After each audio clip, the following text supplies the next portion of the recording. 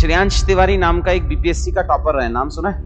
I think शायद 64th या 65th BPSC का होगा। सिग्निफिकेंस उसका इसलिए बैठ जाता है कि बच्चा आता था मध्य प्रदेश से। अब बीपीएससी की ऑथेंटिसिटी का क्लासिक एग्जांपल है वो, कि मध्य प्रदेश का बच्चा आया हुआ बीपीएससी में रैंक 1 ला रहा है। उससे ज्यादा अच्छा सिस्टम क्या ही हो सकता है वैसे, क्योंकि पॉलिटिकली तो ये बहुत खराब है ना। आप एक चीफ मिनिस्टर के लिए कि आपको पूरे प्रदेश में कोई अच्छा बच्चा नहीं मिला, ऐसा भी नहीं है। सेम सरकार थी कि आप मध्य प्रदेश से उठा के लाए हुए बच्चे को रैंक 1 दे रहे हो। तो इसका मतलब अगर मैं ट्रांसपेरेंसी के लेवल पे जाऊं तो उस लेवल पे तो ट्रांसपेरेंसी आयोग की बैठी हुई है। फिर आता है इस बच्चे की कहानी, श्रेयांश की खुद की कहानी। तब तो हम बीपीएससी में तो थे नहीं, लेकिन यूपीएससी में मेरे 2 बैचेस चलते थे मेजर। एक क्यूईपी का है, क्वालिटी एनरिचमेंट प्रोग्राम, जिसमें तुम हो, और एक आईएनए का था, करंट अफेयर्स का बैच चलता था, जिसमें सृष्टि जैन देशमुख है ना, आजकल न्यूज में भी चल रही है, परिवार ही चल रहा है पूरा, वो थी, और भी कुछ कुछ बच्चे थे। तो श्रेयांश, हल्की सी स्टोरी इसलिए बताना चाह रहा हूं कि एक लेवल का एफर्ट, एक लेवल का डिसिप्लिन आपको जिंदगी में जरूरी रहता है। यूपीएससी में वो काफी अच्छा बच्चा था। काफी अच्छा का मतलब है ऑफलाइन का स्टूडेंट था, सारी क्लासेस अटेंड की थी, ब्रॉडली क्लास के बाद आंसर दिखाना, काफी सारे एफर्ट्स लगाता था वो। बट बीपीएससी देने का उसका मन नहीं था। उसके रीजन ये थे कि फैमिली में कोई मेडिकल इमरजेंसी थी उसके वहां पे। शायद जनवरी में हुआ था मेंस, जितना मुझे याद आ रहा है, साल तो मुझे याद नहीं है। उसको मोटा मोटी ये लगा लो अपन ने जबरदस्ती ही भेजा था एग्जाम देने। ही वाज लाइक कि सर छोड़ देते हैं, यूपीएससी में लास्ट अटेम्प्ट बचा था उसका, 5वें अटेम्प्ट में आया था वो मेरे पास में, 4थे में आया था। तो यूपीएससी का आखिरी अटेम्प्ट बचा था और बीपीएससी का मेंस, इस 2 के बीच में हमें कॉल लेनी थी। जब आपका प्री पास हो जाता है तो मेंस देने, हमने कहा चलो दे के आ ही जाते हैं, क्या ही होगा, ज्यादा ज्यादा फेल होगा, 1 हफ्ता बर्बाद होगा, कोई बात नहीं। मेडिकल इशू था, वो हमने कुछ कुछ सॉर्ट कर लिया था, कुछ हॉस्पिटल का कुछ काम था।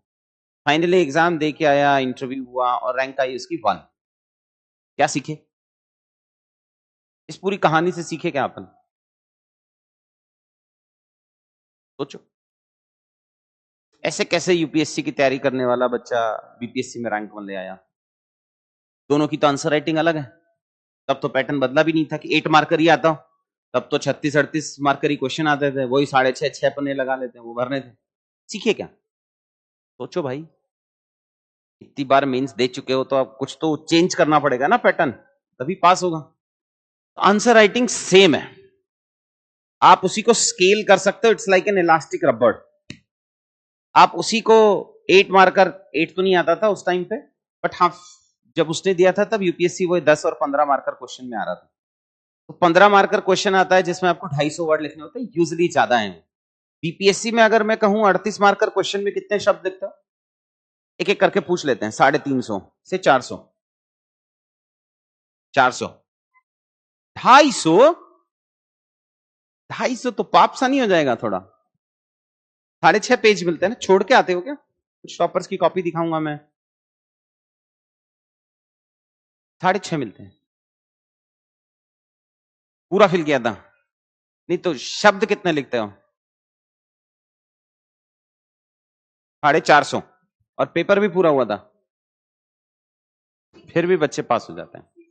और GS1 में कितने थे? और GS2 कम होगा, GS2 में 104, तो DI छूट गया तो कम ही आना था ना। कितने कितने मार्क्स, कितने वर्ड्स भाई 38 मार्कर में? 600-700 वर्ड्स लिखता है। अच्छा, फिर तो पेपर पूरा ही नहीं होगा ना, ऐसा हो ही नहीं सकता 600-700 वर्ड लिखे और पूरा पेपर कर दे। अभी तो जुड़ा है मेरे साथ तो लिखेगा ही, ऐसा पॉसिबल ही नहीं है कि 600-700। आप बिटिया 400 के आसपास? नहीं नहीं, वो तो मुझे पता है ना क्या रहते हैं।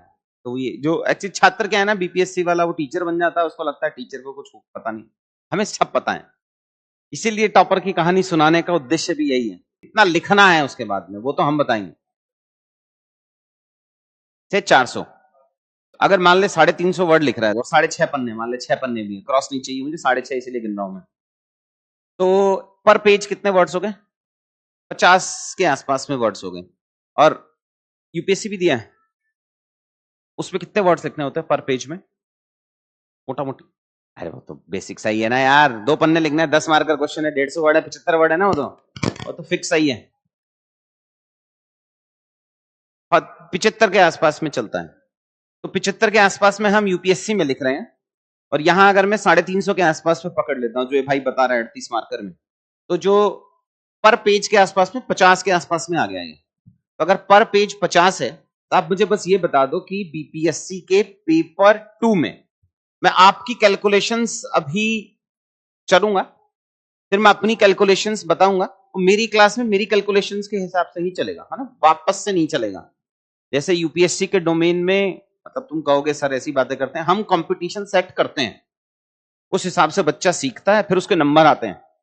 जैसे इसीलिए बीपीएससी में एक पुराने टॉपर की कहानी सुनाई, यूपीएससी में बहुत सारे टॉपर हैं, आज जाके एक दो के वीडियो देखेंगे मेधा आनंद टाइप्स के, जो बच्चे जब आए थे तो 350 मार्क्स लेके आए थे जीएस में, ऑलरेडी इन सर्विस बच्चा था, रेलवेज में पोस्टेड था, तब आए थे मेरे पास में, क्यूपी एनरोल किया 2-3 बार, और फाइनली ये नंबर बढ़ा 350 से 463। वो आंसर कैसे लिखना है, मार्क्स कैसे लाना है, वो फिर हम बताएंगे, उसी हिसाब से आपको लिखना पड़ेगा, वो तो उस एंगल पे जाएगा। अब मैं पर पेज अगर आप लिख रहे हो कि पर पेज में आप 50 से एक वर्ड लिख रहे हो, बस आप मुझे सिंपल ये कैलकुलेशन बता दो कि जीएस2 में कितने वर्ड्स लिखोगे। 15 क्वेश्चन तो हो गए भाई मैंडेटरी, 5-5-5, 2-2 पन्ने मिले उसमें, तो कितने वर्ड्स हो गए? एक क्वेश्चन के 100 वर्ड हो गए, और 15 सवाल हैं, तो कितने वर्ड हो गए? 1500। और 38 मार्कर में 36-38 मिले 6.5 पन्ने हैं, और कितने लिखने हैं ये? 2-2-4 और 1-5, कितने हो गए? शब्द बताने हैं बस, सिंपल है। अभी तो 350 था, नहीं तो 6.5 पन्ने है ना, खाली थोड़ी छोड़ेगा ऊपर वाला। तो कितने शब्द हो गए बस ये बता दो। ये तो सिंपल सवाल है सर, डिफिकल्ट है क्या है? हाँ, कितने हुए टोटल शब्द, कितने हुए टोटल? 38-36 मार्कर के वर्ड्स कितने हो गए टोटल? 1500 तो फिक्स क्वेश्चंस के हो गए, और इसमें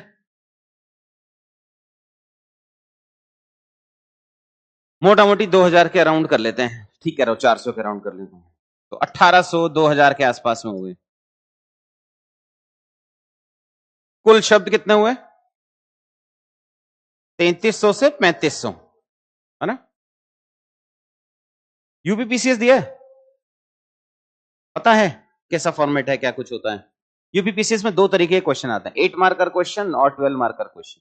सेम वही 2 पन्ने मिलते हैं, वहां 3 पन्ने मिलता है, यूपीएससी जैसा चलता है, बट वहां वो वर्ड्स लिखता है कि 8 मार्कर क्वेश्चन 125 वर्ड्स में लिखना है, 12 मार्कर क्वेश्चन 200 वर्ड्स में लिखना है। तो 8 मार्कर के 10 आते हैं तो 800 ये हो गए, और 125 के 1250 ये हो गए, और 2000 वो हो गए, तो कितना हुआ? 3250 वर्ड्स लिखने होते हैं यूपीपीसीएस में, वहां वर्ड्स फिक्स है। तो ये हुआ यूपी, ये हुआ बिहार। और यूपीएससी में कितने शब्द होते हैं भाई? नहीं नहीं नहीं, यूपीएससी में 150 मार्कर है, 150 और 250।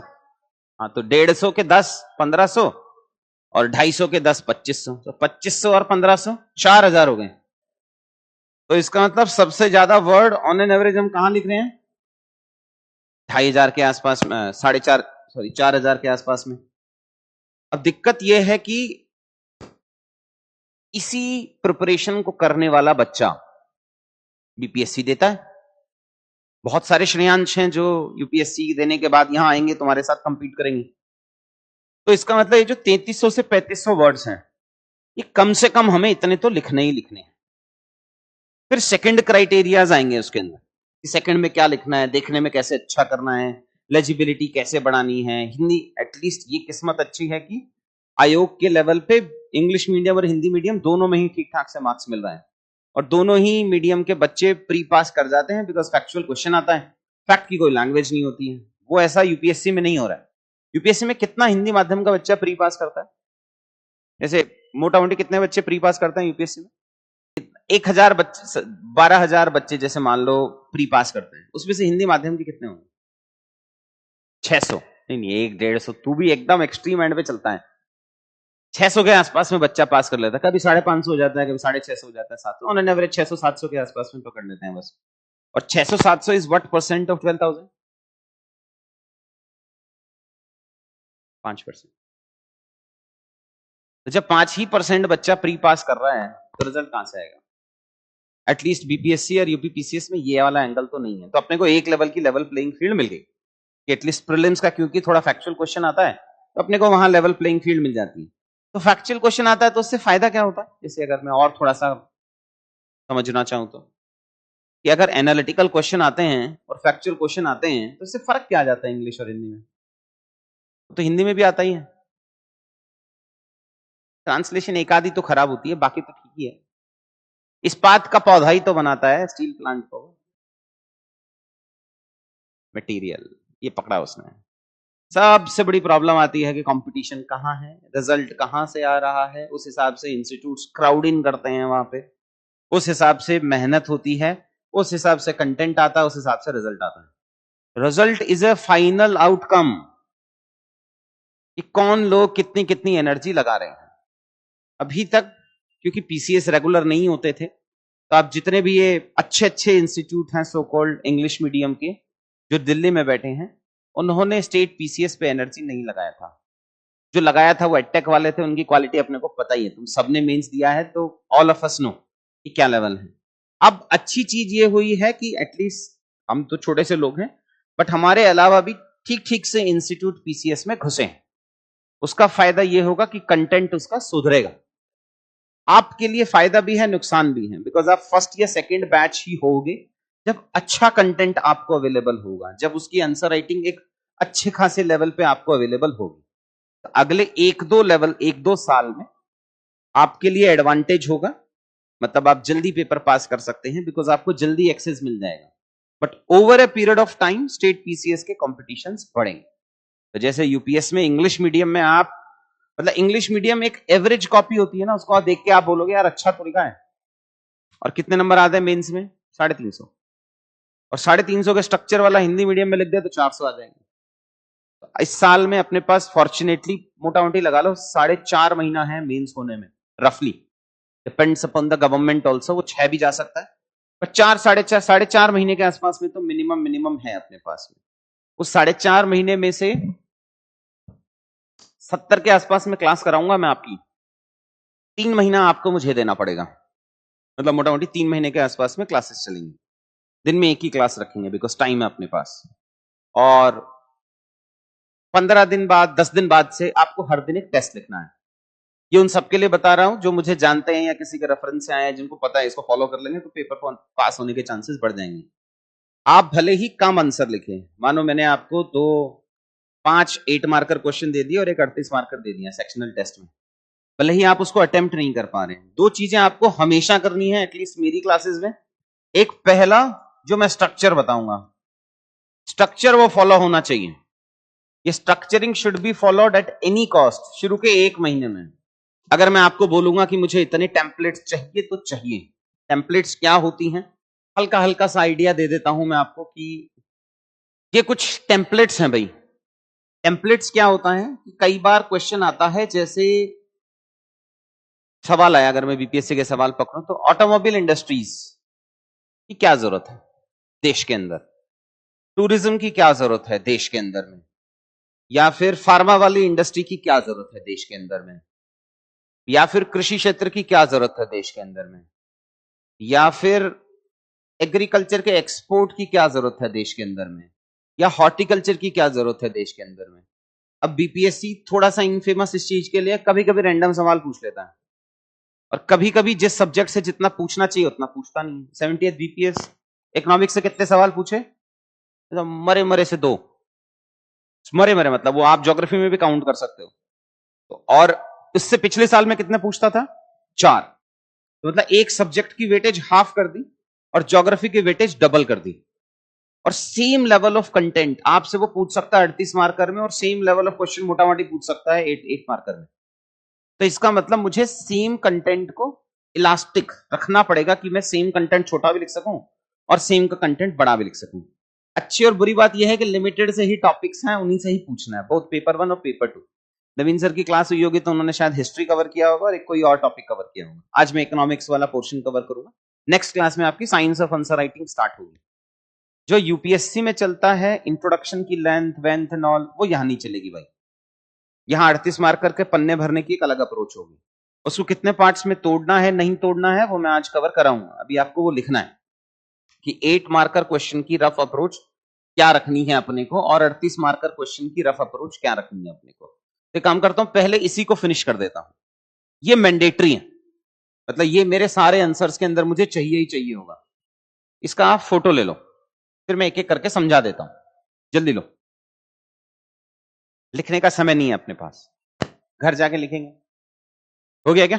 फोटो ले रहे तो नेक्स्ट का भी ले, नहीं हुआ ग्रुप पे शेयर कर देंगे, कोई बात नहीं, नहीं भी ले पा रहे। Don't trust me on this. जब मैं बोलूंगा ग्रुप में शेयर कर देंगे तो मैं भूल भी सकता हूं, अपना जुगाड़ करके ले जाना क्लास से ही, बट कर देंगे। चलो ये तो हो गए 8 मार्कर क्वेश्चंस में जो 7, 8 या 10 चीजें हैं जो आपको पक्का पक्का लिखनी है। अभी मैं टॉपर्स के एग्जाम्पल नहीं दिखाऊंगा, आगे जाके दिखा दूंगा कि जब मैं एक हेडिंग के नीचे, एक पॉइंट के नीचे नॉर्मल एग्जाम्पल लिखता हूं और उस नॉर्मल एग्जाम्पल को अगर मैं ट्राइंगल में लिख देता हूं या मैं उस एग्जाम्पल को एक स्क्वायर में लिख देता हूं या रेक्टेंगल में लिख देता हूं या डबल अंडरलाइन कर देता हूं तो उसकी लेजिबिलिटी बढ़ जाती है। क्या हमें हर पॉइंट पे एग्जाम्पल लिखना है क्या? पहले तो यहां से शुरू कराता हूं। मान लो 8 मार्कर क्वेश्चन में कितने पॉइंट्स लिखते हो? 8 मार्कर क्वेश्चन में कितने पॉइंट्स लिखते हो? पॉइंट फॉर्मेट में लिखते हो कि नहीं लिखते हो? यहां से शुरू करते हैं। पैराग्राफ वाइज लिखते हो कि पॉइंट वाइज लिखते हो? पॉइंट वाइज लिखते हैं, तो उसको आज से बदल देगा। तो जो पैरा लिखता था उससे मैं टॉपर से तेरे को प्रूव करूंगा। वही टॉपर जिन क्वेश्चंस में पैराग्राफ वाइज लिख रहा है उसमें आधा नंबर 1 नंबर कम मिल रहा है, और जिनमें पॉइंट वाइज लिख रहा है उसमें आधा और 1 नंबर ज्यादा मिल रहा है। बिकॉज भले ही आयोग ने इवैल्यूएटर्स की कॉपी सोशल मीडिया पे डाल दी कि हम उनको यहां बुला के चेक कराते हैं, बट चेक तो इंसान ही कर रहा है, उसको भी तो जल्दी ही होगी। तो उसके लिए अगर हम चीजें सिंपल बनाएंगे तो एक्स्ट्रा नंबर देगा, नहीं बनाएंगे तो नहीं देगा। 8 मार्कर क्वेश्चन में, अब तो तुमने पढ़ लिया वैसे, 8 मार्कर क्वेश्चन में कितने पॉइंट लिखने हैं अपने को? पहुंचाना कैसे है वो मेरी जिम्मेदारी, काम करना आपकी जिम्मेदारी, डायरेक्शन देनी मेरी जिम्मेदारी, रिजल्ट आ जाएगा। 8 मार्कर में कितने पॉइंट लिखने हैं? 8 पॉइंट लिख लो, या यहां से बाद में देख लेना कि 8 मार्कर क्वेश्चन में मुझे 8 पॉइंट्स चाहिए, और 38 मार्कर क्वेश्चन में ये सब जो मैं आपको सजेशंस दे रहा हूं इसको बस 15-20 मिनट बाद हम टॉपर्स कॉपी से वेट करेंगे। आज सिर्फ हिंदी मीडियम की टॉपर्स कॉपी दिखाऊंगा, कल इंग्लिश मीडियम की टॉपर्स कॉपी दिखा दूंगा या नेक्स्ट क्लास में दिखा दूंगा। तो मुझे ये बता दो कि 38 मार्कर क्वेश्चंस में कितने पॉइंट लिखने हैं? 20 पॉइंट लिखने हैं। ये पक्का हो गया अपना। अब से आपका अगर पैराग्राफ बढ़ा जा रहा है, पॉइंट बढ़ा जा रहा है, और एक पॉइंट कितने लाइन का लिखना मोटा मोटी? एक लाइन में नहीं आएगा, 2 लाइन का। तो रफली एक पॉइंट मेरा 2 लाइन के आसपास में जाना चाहिए। तो मतलब 8 पॉइंट लिख रहे हैं तो 16 लाइन रफली इसकी होगी। अब इसमें आपकी मर्जी है कि आपको जाना कहां है। देखो ये सब भूख का गेम है। यूपीएससी में एक टॉपर हुआ करती थी, नाम था श्रुति शर्मा।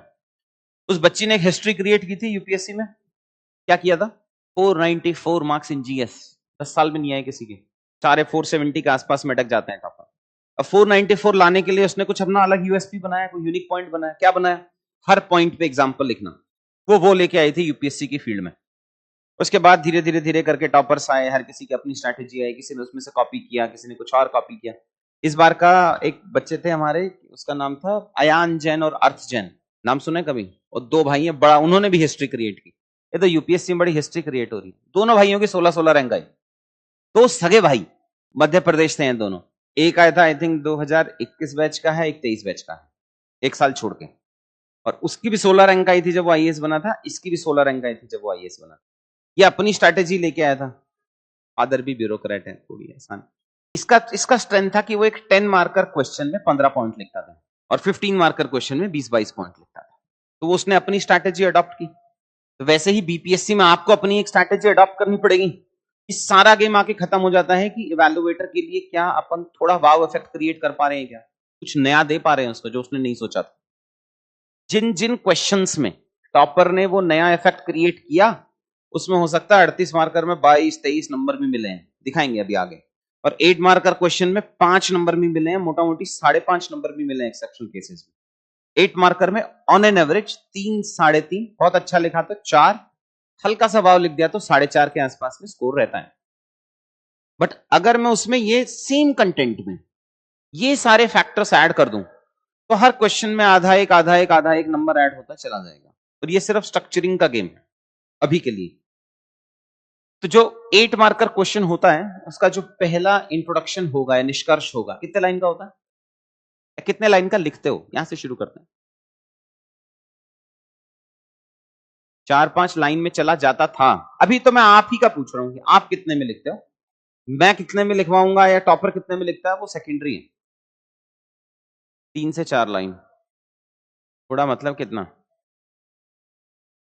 3 लाइन में मुझे इंट्रोडक्शन लिखना है, 3 लाइन में मुझे निष्कर्ष लिखना है। ऐसा है कि निष्कर्ष लिखते हो कि नहीं लिखते हो? वो भी है, लिखते हो पक्का? आपको कुछ टॉपर्स मिलेंगे देखो जो कंक्लूजन नहीं लिखते हैं बट फिर भी वो टॉपर बन गए। अब आपको डिसाइड करना है, उसमें भी फिर दो कहानियां हैं। वो पुराने टॉपर्स की गलतियों से ही सीखना है यार।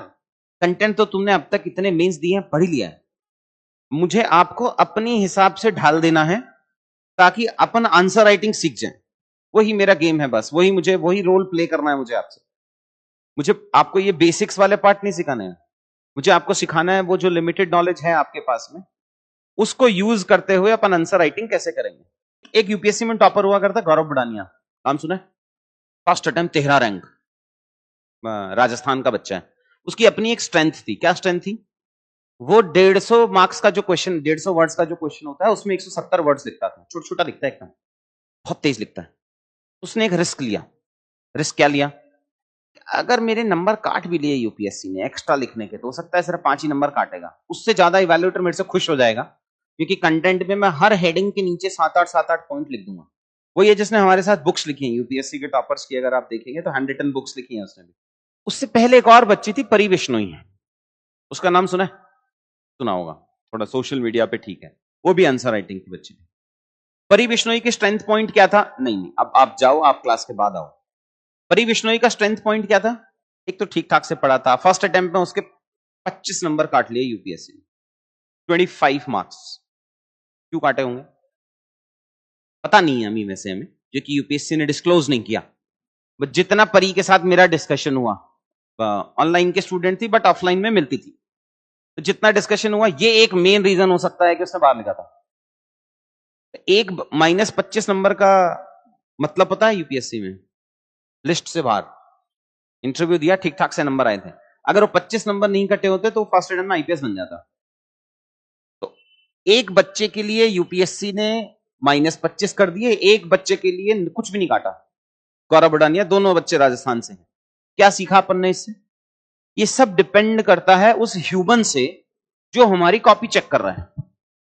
अगर उसका मूड अच्छा है तो हो सकता है ना काटे, अगर उसका मूड खराब है तो हो सकता है वो काट ले। कभी फ्लाइट में बैठे हो? कभी गए हो? कभी तो वो 2 kg एक्स्ट्रा अलाउ कर देते हैं, कभी वो कहता है यार 200 ग्राम भी अलाउ नहीं करेंगे। क्या सीखे?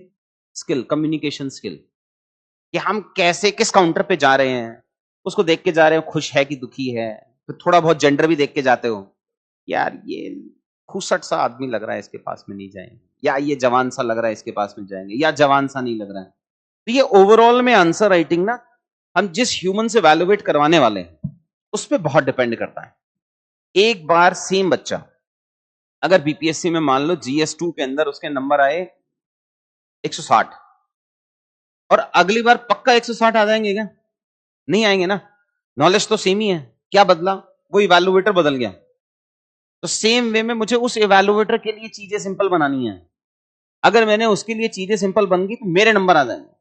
मतलब सेम लेवल ऑफ कंटेंट अगर आपको जीएस1 में 160 दे रहा है, अगर मैं उसमें बेसिक हाइजीन जोड़ दूं, 160 तक कैसे जाना है मैं लेके जाऊंगा आपको, बट अगर मैं बेसिक हाइजीन जोड़ दूं उसमें, तो वही 160 170 हो जाएगा।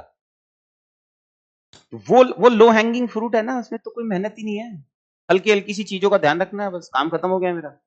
हल्की हल्की सी चीजें क्या है उसकी भी पूरी लिस्ट है। तो पहला तो हो गया, मुझे इंट्रोडक्शन 3 लाइन में चाहिए और निष्कर्ष 3 लाइन में चाहिए, ये काम फिक्स। सेकेंड लाइन ये हो गया, देखो यूपीएससी में हम ये हब एंड स्पोक डायग्राम क्या होता है, वो होता है एक, मैं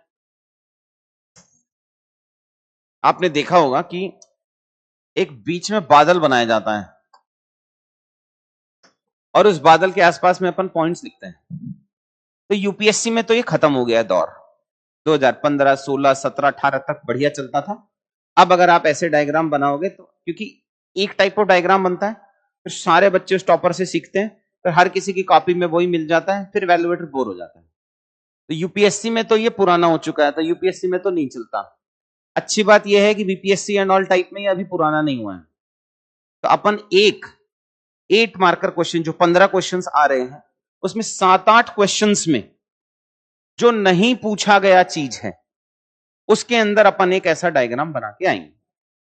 तो 7-8 क्वेश्चंस में आउट ऑफ 15 क्वेश्चंस मुझे एक पार्ट में ये तरीके का डायग्राम चाहिए। किस चीज के लिए बनाना है? उस चीज के लिए बनाना है जो नहीं पूछा गया है। मानो उन्होंने पूछा कि चंपारण का सत्याग्रह पे एक कमेंट लिखो, तो अपन चंपारण सत्याग्रह को 2-3 पार्ट्स में डिवाइड कर सकते हैं कि भैया चंपारण सत्याग्रह के रीजन क्या थे, शुरू क्यों हुआ, पहला पार्ट। दूसरा कि उस कौन कौन से इंडिया के रीजन्स के अंदर उसका इंपैक्ट क्रिएट हुआ। एक सत्याग्रह आया, रीजन क्या हुआ, दूसरा इंपैक्ट आया, और तीसरा मैं डाल सकता हूं जो नहीं पूछा है कि ब्रिटिशर्स ने इसको रोका कैसे, कि ब्रिटिशर्स का क्या रिएक्शन था। तो जो ब्रिटिशर्स का क्या रिएक्शन था ना, ये मेरा एक्स्ट्रा पॉइंट है, इसमें मुझे 0.5 मार्क्स एक्स्ट्रा चाहिए। तो बाकी 1 या 2 की तो हेडिंग डाल दी कि भैया उसके क्या कारण थे, इंपैक्ट क्या हुआ उस पार्ट पे, और ब्रिटिशर्स ने कैसा रोका वो मैं कंक्लूजन से पहले एक माइक्रो डायग्राम बना दूंगा। पहला पॉइंट, दूसरा पॉइंट, तीसरा पॉइंट, ये मुझे 0.5 मार्क्स एक्स्ट्रा दिलवा के जाएगा। तो अगर मुझे उस सवाल में 4 नंबर मिलते तो अब मुझे 4.5 नंबर के आसपास में जाएगा। तो ऐसा मुझे 15 में से 7-8 क्वेश्चंस के अंदर एक एक्स्ट्रा वैल्यू एडेड कंपोनेंट चाहिए। फिर आता है मैंडेटरी कंक्लूजन। अब यूजुअली मैंने बहुत सारे टॉपर्स की कॉपी पढ़ी है, आप लगा लो करीब करीब 70% टॉपर है वो कंक्लूजन लिखता है, 30% है वो कंक्लूजन नहीं लिखता है। लेकिन जो मैंने आपको पुरानी कहानी सुनाई, ज्यादातर टॉपर्स बॉर्डर के बाहर नहीं लिखते हैं यूपीएससी में। एक ने लिखा तो मार्क्स नहीं काटे, दूसरे ने लिखा तो मार्क्स काट गए। सीखे क्या अपन इससे? सीखे ये कि जिस भी टॉपर यूपीएससी में पास हो रहा है उसमें जो कॉमन चीजें हैं ना वही इंप्लीमेंट करनी चाहिए अपने को, जो कॉमन नहीं है वो नहीं इंप्लीमेंट करनी चाहिए।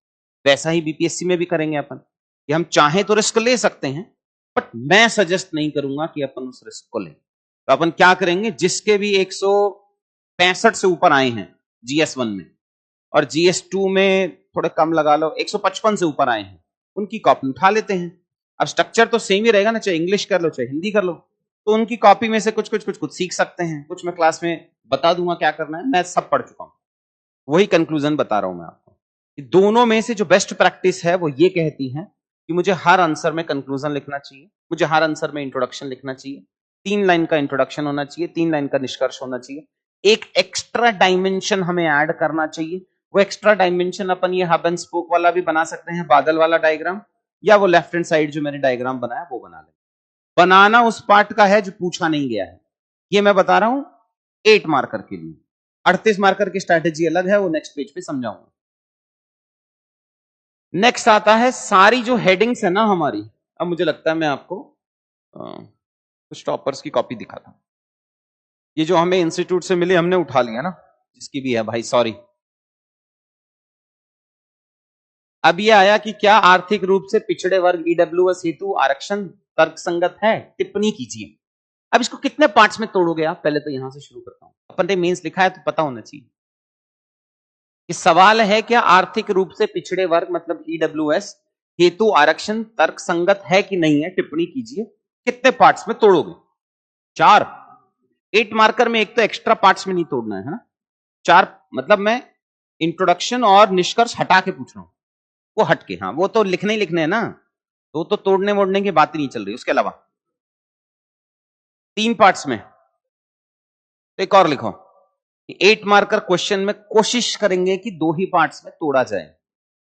एक्सेप्शनल केसेस में 3 पार्ट में तोड़ेंगे, मतलब 15 में से सिर्फ 3 एक क्वेश्चन होंगे, 4 पार्ट्स में तोड़ने का मतलब ये है कि मैं वो माइक्रो डायग्राम नहीं कह रहा हूं, वो अलग है, वो डायग्राम अलग है। उसके अलावा जो मेन हेडिंग लिखनी है अपने को, जैसे इसने जो हेडिंग लिखी है ना, आरक्षण के पक्ष में तर्क, इसको आपको एक बॉक्स में बनाना है ऐसे, मतलब उस 60 साल के इवैल्यूएटर को हो सकता है कि अब मोस्ट प्रोबेबली उसकी आंखों में चश्मे लगे हुए हैं, उसको अलग से मेरे खांचे दिख जाने चाहिए। ये मेरा इंट्रोडक्शन है, ये मेरा बॉडी का फर्स्ट पार्ट है, ये मेरे बॉडी का सेकंड पार्ट है, ये एक्स्ट्रा कुछ ग्राफ व्राफ बना दिया और ये कंक्लूजन है, बस। तो आपकी जितनी भी हेडिंग्स होंगी वो ऐसे बॉक्स में आएंगी। अगर मानो 2 लाइन में हेडिंग जा रही है, जा भी सकती है कभी कभार 38 मार्कर में, तो आप यहां से यहां तक फिक्स कर लेना, 2 लाइन लिख देना।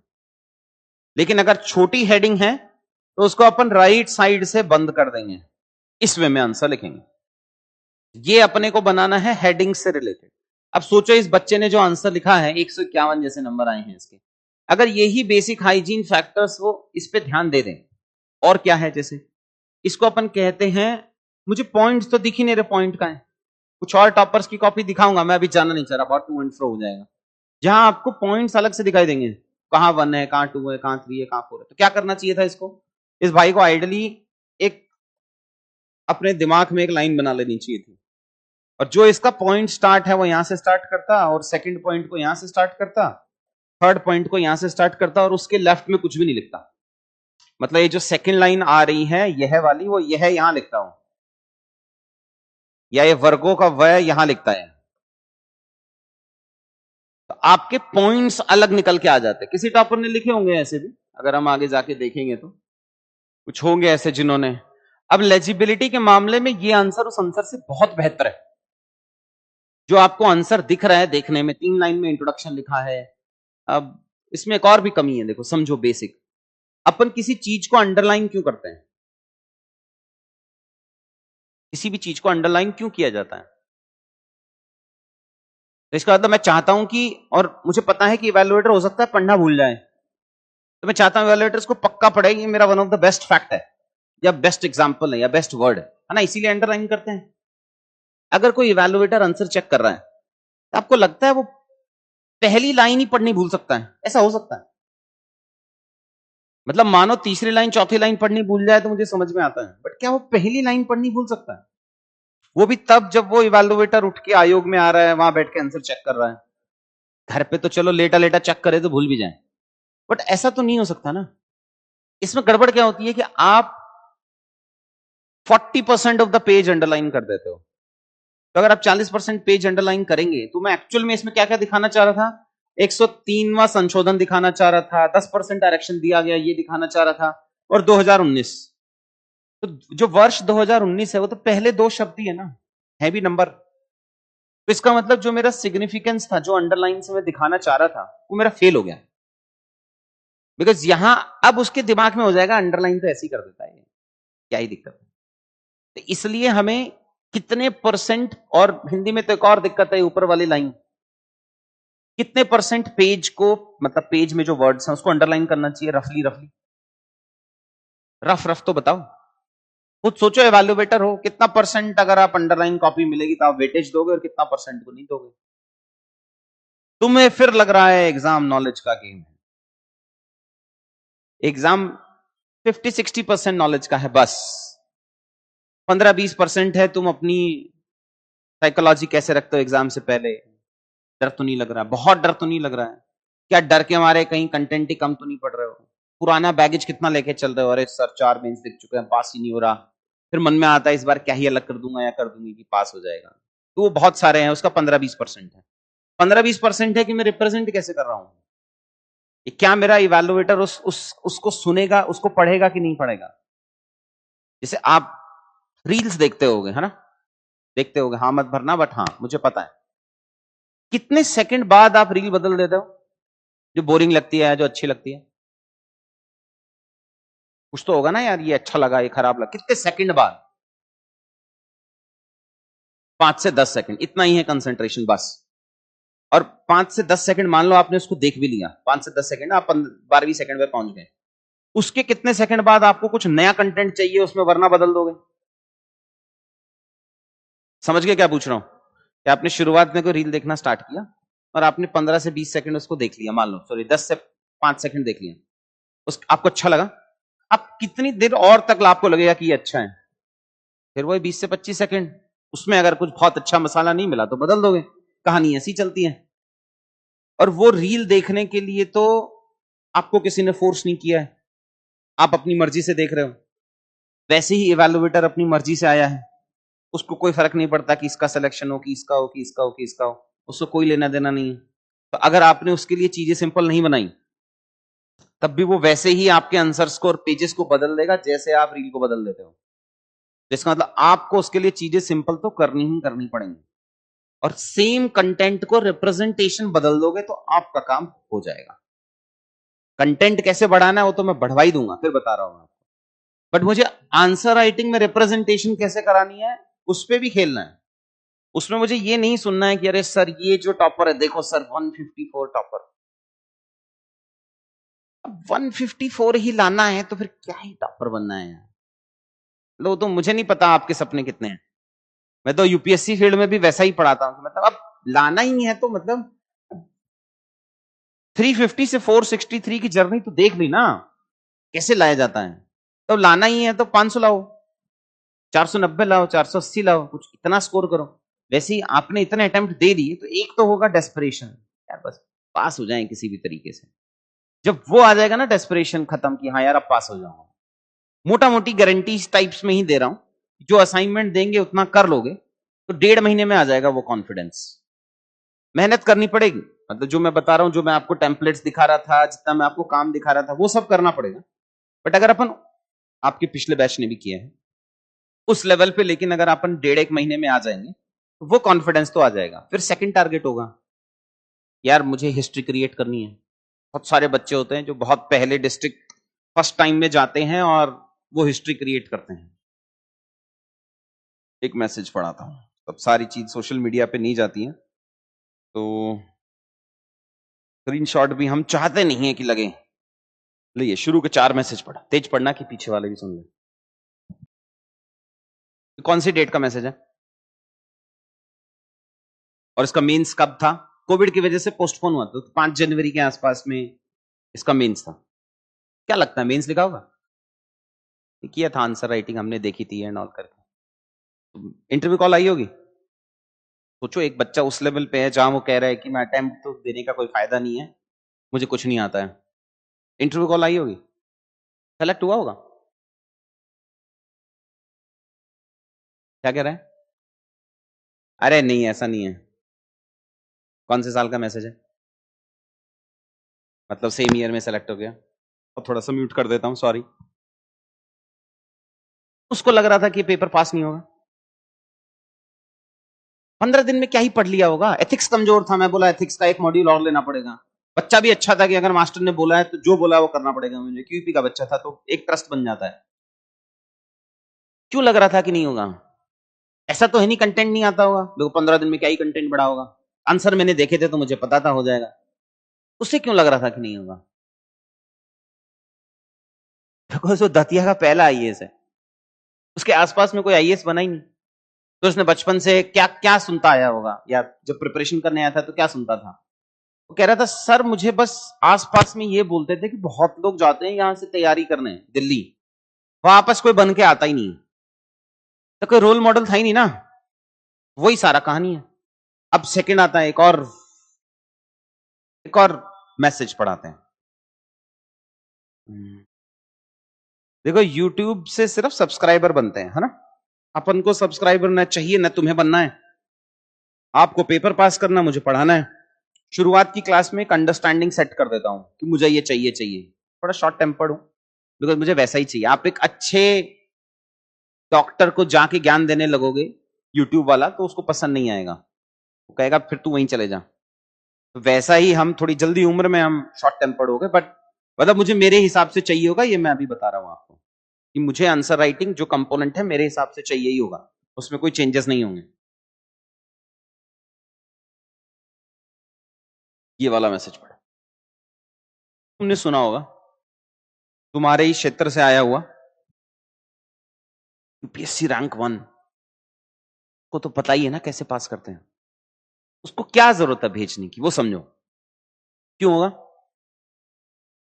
बिकॉज वो हो सकता है महीने में 2 बार 4 बार उनकी हेल्प कर पाए, बट एग्जाम 2 बार 4 बार से पास नहीं होता है।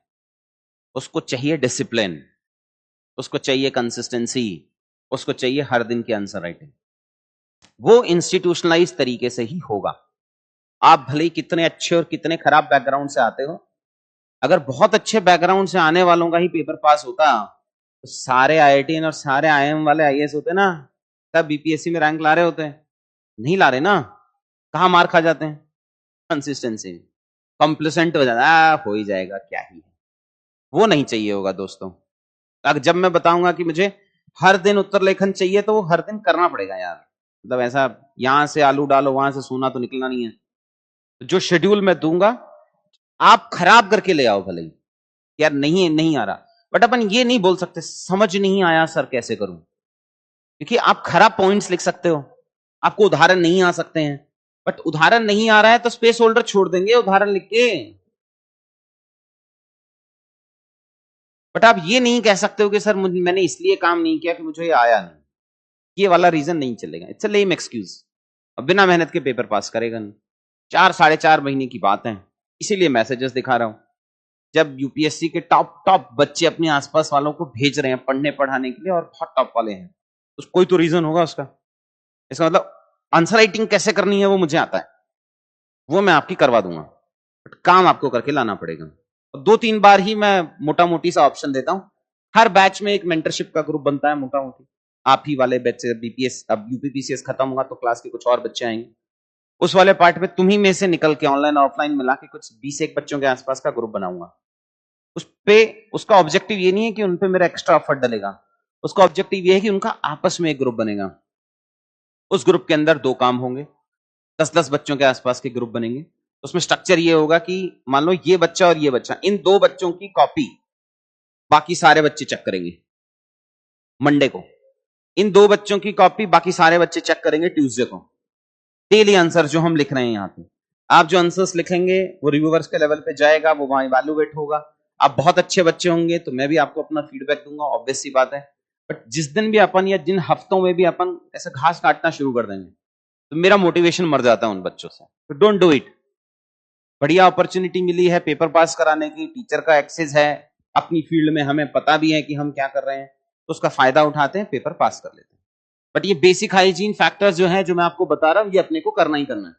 और किसी और टॉपर पे जाते हैं, अगर मैं आपको दिखाऊं 142 नंबर के तो क्या ही टॉपर है। उससे पहले हाँ, कितने नंबर लाना चाह रहे हो जीएस1 और जीएस2 लिखना ही है ना। जीएस1 और जीएस2 में क्या सपना है, कितना बड़ा सपना है, उस हिसाब से बताऊंगा कितनी एफर्ट लगेगी। जीएस1 में कितने नंबर लाना चाह रहे हैं, और जीएस2 कम है थोड़े, बट ठीक है, लिखो लिखो टारगेट, बोल भाई। और 2 बहुत मुश्किल है। मैं एक सपना देखता हूं बच्चों के साथ में मिलकर उस पर मेहनत करते हैं, वो मेरा भी नहीं है। थोड़ा ज्यादा अचीव कर लेंगे, ऐसा नहीं है कि अपन एफर्ट डालेंगे, मेरे को भी तो लोग गलत प्रूव करते ही हैं, मैं कौन सा भगवान हूं, कर लें तो ज्यादा अच्छा है। बट उसमें वो जो साइंस एंड टेक में कराऊंगा, बट वो सब कवर होना थोड़ा सा मुश्किल है, इसलिए मुझे थोड़ा कम प्रैक्टिकल लग रहा है। जैसे हिंदी मीडियम या इंग्लिश मीडियम में यूपीएससी में मैं कुछ प्रूव करके मेरा एक नॉलेज बेस बन गया कि इतना तो कर लेंगे यार, इतना खींच ले जाएंगे। सेम है ना, जैसे 10वीं पास करनी कितनी मुश्किल है, और 12वीं सरल है ना, क्योंकि कर चुके हैं ना। तो वैसे ही जब बीपीएससी पास कर लोगे तो अच्छा यही तो स्ट्रैटेजी थी यार, इतने साल यूं बर्बाद कर दी। उसी स्ट्रैटेजी में घुसने में ही तो लग जाता है। आपको पता है टॉप 100 में यूपीएससी में पिछली बार कितने रैंक इंप्रूवमेंट के बच्चे थे? रैंक इंप्रूवमेंट मतलब ऑलरेडी एक बार सेलेक्ट हो गए और उसके बाद आपकी रैंक इंप्रूव। 100 में कितने बच्चे थे? 35, 35। और वैसे यूपीएससी का सक्सेस परसेंटेज कितना पॉइंट्स में? और क्यों पास हो गए वो अगली बार में? नॉलेज बेस का तो गेम है नहीं, क्योंकि ज्योग्राफी से किसी ने पीएचडी भी की होगी टॉपिक पे, उसके भी जरूरी नहीं है ज्योग्राफी ऑप्शनल में नंबर आ जाए। इसका मतलब हर एग्जाम का अपना एक पैटर्न होता है, उस पैटर्न को फॉलो कर लो, नंबर आ जाता है, वरना नहीं आता। उसी हिसाब से एग्जाम को लेना, it's not a knowledge game. Hindi माध्यम में एक और थोड़ी सी कमी देखी है मैंने, कि हम थोड़ा टीचर जल्दी बन जाते हैं हम, क्योंकि एक मेंस लिख लेते हो तो इज्जत मिल जाती है, लाइब्रेरी में इज्जत मिल रही होती है, चाय की दुकान पे इज्जत मिल रही होती है, दाएं बाएं में। तो वो जो फेलियर का वैक्यूम बनता है ना जिंदगी में, थोड़ी ऐसी बातें कर रहा हूं बट जरूरी थी फर्स्ट क्लास में, वो अपन दाएं बाएं में अप्रिसिएशन ढूंढने लग जाते हैं। Don't do it. Paper pass नहीं हो रहा, बेइज्जती की बात है, उसको ये छोटी छोटी वाली चीजों से फिल करने की कोशिश मत करो। टेबल पर बैठो, पढ़ाई करेंगे, निकल जाएंगे। अभी कैसे निकालना है वो मुझे आता है, बस आपको सिर्फ असाइनमेंट करने होंगे। Target shoot. जिंदगी मुझे बहुतों ने कहा था, मैं बहुत सारी नौकरियां छोड़ के आया हूं ठीक ठाक से लेवल की, डेपुटेशन एंड ऑल, बहुत सारा। जब मैं वहां से उठ के नया इंस्टीट्यूट खोला तो फाउंडेशन हम पढ़ाते नहीं है, तो हम वैल्यू एड में पढ़ाते हैं। वैल्यू एड में क्या, सब पागल आदमी है, कैसे चलाएगा ये, इतना तो किराया है, 5 लाख का किराया था 1 महीने का, एक बिल्डिंग का, तो ले निकालेगा कहां से। तो वो मैं तो अनपॉसिबल से ही काम करता हूँ। एक बार मैंने एक जॉब छोड़ी थी तो हमारे पिताजी ने 3 महीने बात नहीं की थी, क्योंकि एक आईबी की नौकरी होती है, तो आईबी वाले ना वैलिडेट करने हर जगह पहुंच जाते हैं। मेरे घर, गांव के पड़ोसी, मेरे कॉलेज, मैंने जहां जॉब किया है, मेरी सिस्टर के वहां पे, मेरे ब्रदर के वहां पे। तो हरियाणा में क्या होता है कि नौकरी लगती है तो ऐसा इज्जत विज्जत मिलती है, सरकारी नौकरी में वहां भी मिलती होगी। हरियाणा में थोड़ी ज्यादा मिलती है, बिकॉज हरियाणा में पेट्रियार्की ज्यादा है, सेक्स रेशियो कम है, तो शादी के चांसेस बढ़ जाते हैं। अब पहले वो छोड़ी, फिर एक और नौकरी लगी, वो भी अच्छी थी विजिलेंस की, फिर वो छोड़ी, तो तीसरी छोड़ी तो बाप ने बोला बस अब नहीं चलेगा काम। एनीवेज, तो वो टारगेट्स बता दे, मेहनत में करा दूंगा। You just quote it, if you will work hard is achievable. कर लेंगे। 72 ले आएगा डीआई में, बाकी हम करा दूंगा।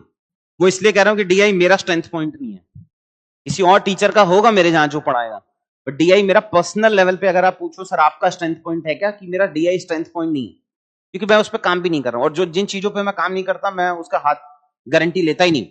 जैसे मैं आपको ऐसे नहीं पढ़ाऊंगा, बट ऐसे पढ़ाने वाले दिव्या मैम हैं बहुत अच्छे जो पढ़ाएंगे आपको, मेरे साथ को फाउंडर ही है डीआई सर में। तो मैं उन चीजों का आपको बता रहा हूं जो मैं पर्सनली मैं करा दूंगा, जो मुझे पता है कि मैं करा सकता हूं।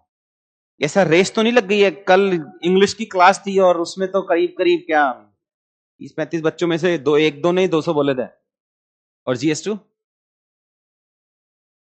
165। ऐसे अभी नहीं कर रहा, ऐसे इज डूएबल, कितना भी ला सकते हैं ऐसे।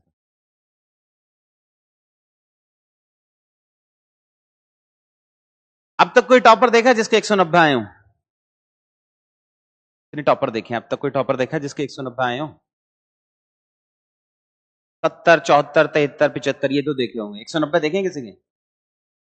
नहीं देखे ना। तो इसका मतलब कितनी मेहनत करनी। ऐसा नहीं है कि नंबर नहीं आ सकते हैं, बिल्कुल आ सकते हैं। अब इसलिए बोल पा रहा हूं कि वो एक प्रोसेस है जो अप्लाई करके हमने 113 नंबर बढ़ा दिए, वो भी यूपीएससी में बढ़ा दिए। तो ऐसा नहीं कि आ नहीं सकते हैं, बट आपको दिन के 12 से 13 घंटे देने पड़ेंगे, इंक्लूडिंग माई क्लासेस। उसमें जितने आप कॉर्नर्स कट करते चले जाओगे उतना गड़बड़ हो जाएगा। Nothing can replace your discipline. अगर आप डिसिप्लिन तरीके से पढ़ोगे काम हो जाएगा मेरा। उसी डिसिप्लिन के लिए होमवर्क दूंगा आज मैं, है ना। ये टॉपर्स की अब कहानी खत्म होगी, इसको छोड़ देते हैं। नेक्स्ट आता है कि आपको काम क्या करके लाना है नेक्स्ट क्लास से पहले। तो भाई आपने यहां कुछ, अगर मैं कॉपी को देखूं 177, यही तो देखी थी कॉपी अपन ने शायद, है ना। मानो सवाल आया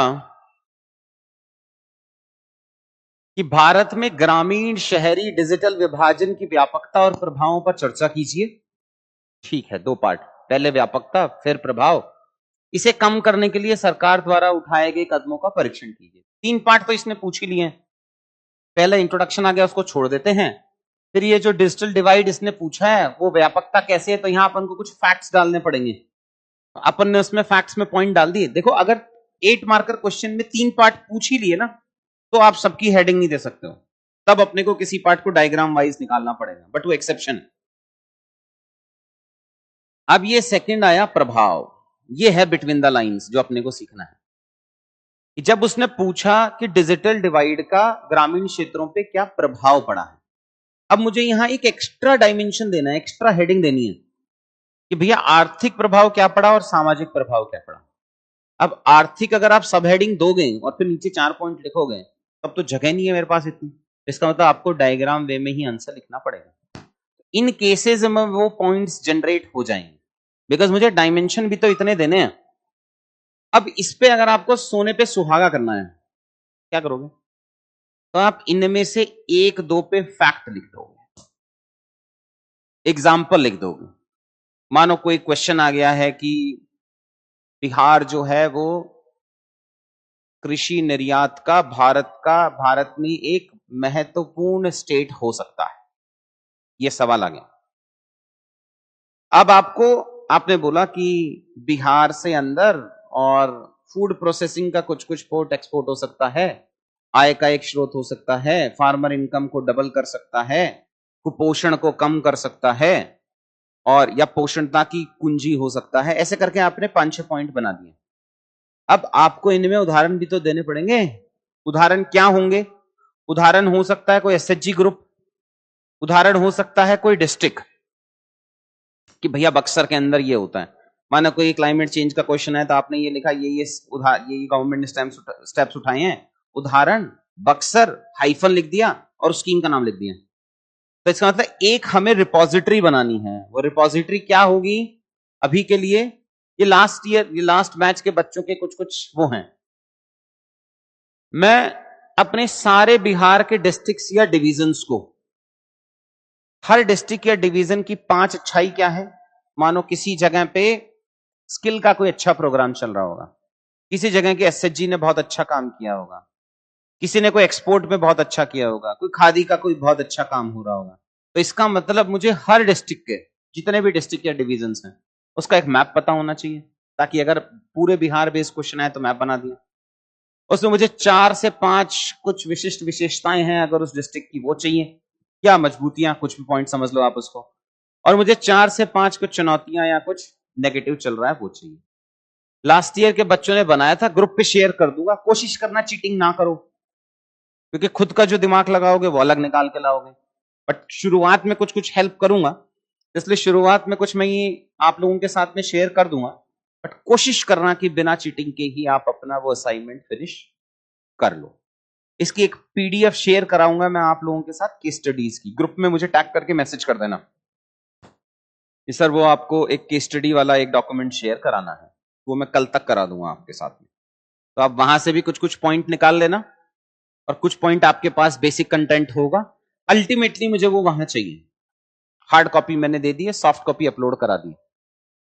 ये वाला पार्ट आपको अगली क्लास से पहले फिनिश करके लाना है, अपने हिसाब से डिस्ट्रिक्ट्स और डिविजन्स को डिवाइड करके। हो सकता है 2 बच्चों के असाइनमेंट में डिवाइड करा सकता हूं आपके साथ, मतलब शेयर करा सकता हूं। इतना कॉम्प्लेक्स नहीं बनाना है, दिस इज टू कॉम्प्लेक्स। ये वो फाउंडेशन जैसे, इनसे पेपर पास नहीं होता। हमें सिर्फ वैसा ही डायग्राम बनाना है जो मैं एग्जाम में बना सकता हूं। ये नहीं बन सकते एग्जाम में। बिहार का मैप बन के 3 डिस्ट्रिक्ट 4 डिस्ट्रिक्ट को हाईलाइट कर सकता हूं मैं, बट ये नहीं बनेगा एग्जाम में। ये तो प्रिंट आउट उससे ज्यादा बेहतर है। स्ट्रेंथ पॉइंट अपन यहां ले लेंगे, जैसे यहां वेस्ट चंपारण में देखा। अब वेस्ट चंपारण के अंदर अपन लिखा है इको टूरिज्म का हॉटस्पॉट है, बढ़िया है, ये पॉइंट लिख सकते हैं। क्लाइमेट चेंज का इंपैक्ट बिहार की अर्थव्यवस्था पे क्या पड़ेगा, मानो सवाल आ गया, तो उसमें लिखना पड़ेगा ना कि टेम्परेचर बढ़ेगा तो वाइल्ड लाइफ पे क्या इंपैक्ट पड़ रहा है। वो सारी चीजें जो अपन को लिखनी है वो यहाँ पे 5 स्ट्रेंथ पॉइंट 5 वीक पॉइंट बना लिए। अब वीक पॉइंट क्या है कि भैया चाइनीज के गुड्स आ जाते हैं, बाहर के बाकी गुड्स आ जाते हैं, तो वो कुछ अपने को स्ट्रेंथ पॉजिटिव और नेगेटिव यहां से निकाल लेना। और पहला होमवर्क है वो लिख लो। ये कब तक फिनिश कर लोगे? यूजुअली मेरी क्लासेस ऐसा बार्टर सिस्टम पे चलती हैं। कुछ आप हमें प्रोवाइड कराएंगे, मतलब आप प्रोवाइड कराएंगे से मतलब है 50% क्लास कर दे, मेरा काम हो गया। पहला असाइनमेंट बिना उसके दे रहा हूं, ये मैं पूरे ग्रुप पे ही शेयर कर दूंगा आप सबके साथ में। बट कोशिश करना एटलीस्ट 50% ऑफ द क्लास इस असाइनमेंट को सबमिट कर लें। शायद 12-15 पन्ने दे दिए हैं मैंने, इसको फिल करके लाएंगे नेक्स्ट क्लास से पहले।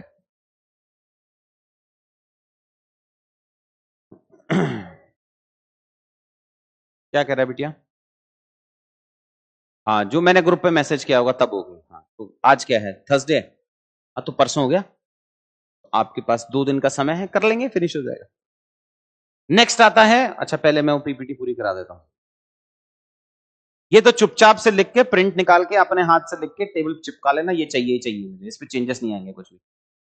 जो आप उदाहरण लिखते हैं वो सारे उदाहरण या तो सर्कल में लिखेंगे या डबल अंडरलाइन करेंगे या रेक्टेंगल में डालेंगे। अगेन जितने मैक्सिमम पॉइंट्स में आप उदाहरण लिख सकते हैं उतने मैक्सिमम पॉइंट्स में उदाहरण लिखने हैं। ये कोई नहीं बताता है आपको, न श्रुति शर्मा को बताया गया था कि आपको हर पॉइंट पे उत्तर लिखना है। वो आपकी खुद की भूख है कि कितना लिखना चाह रहे हो। जितने ज्यादा उदाहरण लिखोगे उतने ज्यादा नंबर आ जाएंगे, वो 1 to 1 रिलेशन है। पर 4.5 महीना बहुत होता है, बेसिक्स आपको आता है, बेसिक से ऊपर ऊपर वाला कंटेंट पढ़ना है बस, तो डूएबल तो है। फिर आया, जितने भी पन्ने आयोग देता है ना, मुझे वो सब भरे हुए चाहिए। ऐसा नहीं होगा कि हम 38 मार्कर को सर 5 पेज पे लिख लेते हैं, 4.5 पे, उस टॉपर ने तो उतने पेज पे ही लिखा था और देखो सर इतना नंबर आ गया ना। आप 170 प्लस के टॉपर उठाओगे और उसमें कॉमनलिटी ढूंढोगे, इंग्लिश और हिंदी मीडियम दोनों मिला के 170 प्लस के 168 प्लस के टॉपर उठाओ, 10 मिल जाएंगे, 2 साल के ढूंढ लेना, और उसमें जो कॉमन चीजें है ना वो निकाल लेना। एक्सेप्शंस के बेसिस पे हम सीखेंगे नहीं, जो सबने किया है वो काम देख लेना। ऐसा होगा लेकिन कि आखिरी में पेपर छूटने लगेगा तो आप फॉन्ट साइज बढ़ा लेना, वो फॉन्ट बढ़ा के कर लेंगे। शायद नवीन सर ने लास्ट ईयर के बीपीएससी के एक बच्ची की कॉपी दिखाई भी होगी आपको, दिखाई थी क्या? नहीं दिखाई?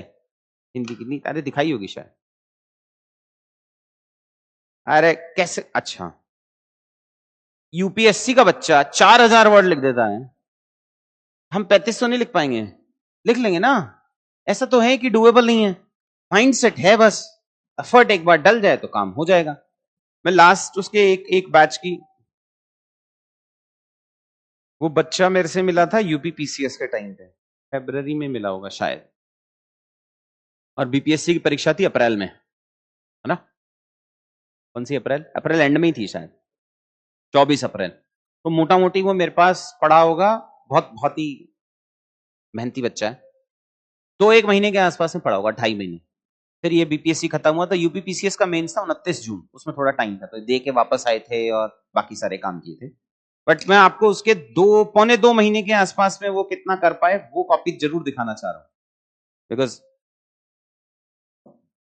उसका एक डीआई का क्वेश्चन छूटा है बस 38 मार्क्स का, बट सिलेक्शन हो जाएगा उसमें। फिर एक बार उसकी कॉपी एक बार वेट करते हैं, बिकॉज ये जो टॉपर्स हैं ये पुराने वाले थे, जो अब से पहले वाले थे, ये हैं, ये इस जैसे जिस मृदुल का मैं तुझे मैसेज दिखा रहा हूं कि वो हमारे लेवल पे मोटा मोटी आंसर राइटिंग देख के समझ में आ जाता है कि किस लेवल पे जा रहे हैं। 50 to 60 वर्ड्स पर पेज में जाना है। हाँ, वो जो मैं डाउट ले रहा था कि अगर मान लो आखिरी में 2-3 सवाल बचे हैं और अपने पास टाइम नहीं बचा है, लास्ट रिजॉर्ट, मैं फॉन्ट साइज बढ़ा दूंगा, बट मैं पेज खाली नहीं छोड़ूंगा। अगर इवैल्यूएटर ने क्रॉस किया, और क्रॉस करना होता है, तो इसका मतलब वो एक इंप्रेशन देता है इवैल्यूएटर को कि भाई मुझे ये कंटेंट नहीं आता, मुझे वो इंप्रेशन नहीं देना उसे। मैं ये इंप्रेशन दे सकता हूं कि मेरे पास टाइम नहीं था तो मैंने फॉन्ट बढ़ा दिया, बट मैं ये इंप्रेशन नहीं दे सकता कि मुझे कंटेंट नहीं आता। तो अगर अपने पास टाइम नहीं है लास्ट रिजॉर्ट में, तो अपन फॉन्ट साइज बढ़ा देंगे। एक लाइन में मोटा मोटी 5 वर्ड्स लिखने हैं, अब 4 पे आ जाना, बट खाली नहीं छोड़ेंगे अपन। वो टेस्ट सीरीज में प्रैक्टिस कर लेंगे ना, टेस्ट है हमारे पास उसको प्रैक्टिस करने के लिए। अच्छा हाँ, यूजुअली हमारी एक और आदत होती है कि जैसे ही मैं इंट्रोडक्शन लिखता हूं उसके बाद एक और पैराग्राफ लिखता हूं, बॉडी शुरू होने से पहले, टॉपर्स की कॉपी में मिल जाएगा। वो नहीं करना अपने को, उसके कोई नंबर नहीं होते। 8 मार्कर क्वेश्चन की बात कर रहा हूं बस मैं। तो मुझे इंट्रो लिखना है और बॉडी शुरू कर देनी है बॉक्स बना के। इंट्रो के बाद मैं माइक्रो डायग्राम बना सकता हूं, जो मैं आपको बादल बनाने को कह रहा था, बट मुझे पैराग्राफ नहीं लिखना उसके बाद में, बिकॉज उसके कोई नंबर नहीं होते। तो नंबर नहीं है तो इसका मतलब मैं बस भूमिका बांध रहा हूं। भूमिका बांधने का आंसर पढ़ने के लिए इवैल्यूएटर नहीं आया है।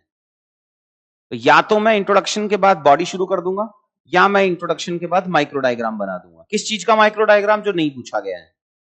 मानो उसने पूछा कि मखाना या किसी और कृषि क्षेत्र के अंदर बिहार की कौन कौन से सरकारी पहल है, ये 8 मार्कर पूछ लिया। तो आप इंट्रोडक्शन के बाद ये पूरी क्लासेस होंगी, है ना, इन सब चीजों की, क्या क्या माइक्रो डायग्राम बन सकते हैं, साइंस ऑफ आंसर राइटिंग में कराता हूं। अगर ये सवाल है कि कौन कौन सी सरकारी पहल है कृषि क्षेत्र को लेके बिहार सरकार की, तो आपने इंट्रोडक्शन लिख दिया।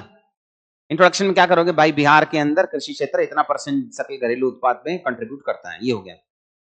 अब आप सीधा बॉडी शुरू कर सकते हो या माइक्रो डायग्राम बना सकते हो। किस चीज का माइक्रो डायग्राम बना सकते हो ये सोचो। सवाल है बिहार सरकार की सरकारी पहल कृषि क्षेत्र के लिए। अब आपको बताना है क्या माइक्रो डायग्राम बना सकते हो जो नहीं पूछा गया है, बट फिर भी मैं ड्रॉ कर सकता हूं इंट्रोडक्शन के बाद। वो तो सरकारी पहलों में डालेगा ही, उत्पादकता बढ़ाने के लिए।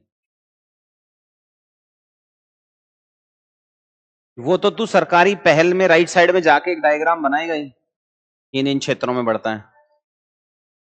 क्या कह रहे हैं? समस्याएं, कृषि क्षेत्र की समस्याएं, चलो मान लेते हैं एक ये हो सकता है। इससे कोई और बेहतर है क्या? इंट्रोडक्शन के बाद कैसे लिखेगा?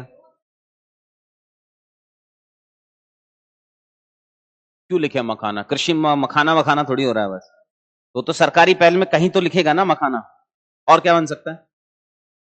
हम ये लिख सकते हैं ना, कृषि की प्रेजेंट स्थिति क्या है, उसी में ही लिख देंगे भैया कितने लोगों को रोजगार देती है, कितना % जीडीपी में कंट्रीब्यूट करती है, महिलाओं का शेयर कितना है, कितना एक्सपोर्ट का करते हैं। तो कृषि की प्रेजेंट स्थिति क्या है, इसका माइक्रो डायग्राम बना सकते हैं ना। ये सबसे ज्यादा रेलेवेंट डायग्राम होगा। या फिर चुनौतियां भी लिख सकते हैं। ज्यादा रेलेवेंट प्रेजेंट स्थिति है, कम रेलेवेंट चुनौतियां हैं। बट ये दोनों पॉइंट तो मेरे को 0.5 मार्क्स एक्स्ट्रा दिला देंगे ना। तो अपन जो मैं 100 बता रहा हूं आपको, तो जब मैं पीवाईक्यूज के ऊपर साइंस ऑफ आंसर राइटिंग लगाऊंगा, तो मैं वो क्लास में ही पूछूंगा आपसे कि ये बताओ इस क्वेश्चन को कितना पार्ट में तोड़ोगे, कौन सा माइक्रो डायग्राम बनाओगे, कहां पे माइक्रो डायग्राम बनाओगे। उन चीजों को धीरे धीरे करके अपन इंप्लीमेंट करते चले जाएंगे। जितना मैं, क्योंकि मेंस दिए हुए बच्चों को समझ पाया हूं, तो 8 में से 2.5 से 3 नंबर तो आप ले आओगे। उसके लिए तो मुझे नहीं लगता आप मेरे पास आए हो। सब सच बता सकते हो। आप ये भी बता सकते हो नहीं 2.5 नंबर कैसे लाने, उसके लिए भी आए हैं। आए हो कि नहीं आए हो ये बता दो। कि 4.5 कैसे लाने हैं? 2.5 तो मैं ले आऊं, 3 तो मैं ले ही आ रहा हूं, ये बता 4.5 कैसे लाऊं? 4.5 या 5 लाएं? 200 का टारगेट है तो इनमें 75 नंबर लाना पड़ेगा और वहां 125 लाना पड़ेगा। 25 इंटू 5 और 15 इंटू 5। 5 नंबर कैसे लाना है? तो इसका मतलब 2.5 नंबर कैसे लाना है वो तो आता ही अपने को। 2.5 नंबर से 4.5 नंबर कैसे लाना है वो मुझे बताना है। तो उसमें से आधा आधा नंबर का गेम हो गया ना फिर तो। कि इंट्रोडक्शन बहुत अच्छा होगा तो हो सकता है वो आपको पहले 0.25 दे रहा हो। मैंने बताया कि इस क्वेश्चन में इस तरीके का इंट्रोडक्शन लिखोगे तो ज्यादा नंबर मिलेंगे। पहले क्या होता था, इवैल्यूएटर घर आता था, नॉक करता था, पूछता था कैसा आंसर ये वो सब। अब तो बंद हो गया। इसका मतलब वो नॉलेज भी तो होनी चाहिए कि इस क्वेश्चन में 3 तरीके के इंट्रोडक्शन हो सकते हैं। जैसे कृषि क्षेत्र की पहल वाला आया, तो अब इसमें 3 अलग अलग तरीके के उदाहरण भी तो हो सकते हैं। बट ये उदाहरण, ये इंट्रोडक्शन नहीं हो सकता है कि मैंने 3 स्कीम्स के नाम लिख दिए और ये बोल दिया गया अच्छा ठीक है बिहार सरकार ने अभी अभी 1,2,3 स्कीम्स जो है वो स्टार्ट की, बिकॉज ये तो बॉडी का पार्ट है। तो इसका मतलब बॉडी का कंटेंट बॉडी में लिखना है, इंट्रोडक्शन का कंटेंट इंट्रोडक्शन में लिखना है। आगे की राह मैं इंट्रोडक्शन के बाद नहीं लिख सकता हूं। कौन सा सबसेक्शंस कहां लिखना है वो समझना बहुत जरूरी है। तो 2.5 के आसपास में नंबर तुम ले आना, कंटेंट दे दूंगा, ऐसे भी ले ही आओगे। उसको 4, 4.5, 5 कैसे लेना है वो मैं करा दूंगा। फिर आया मैक्सिमम पॉइंट जनरेशन। 8 पॉइंटर में 8 मार्क्स हैं और 8 मार्कर क्वेश्चन को अपन को 2 पार्ट्स में तोड़ना है। ये मोटा मोटी कहानी खत्म हो गई है 8 मार्क्स की।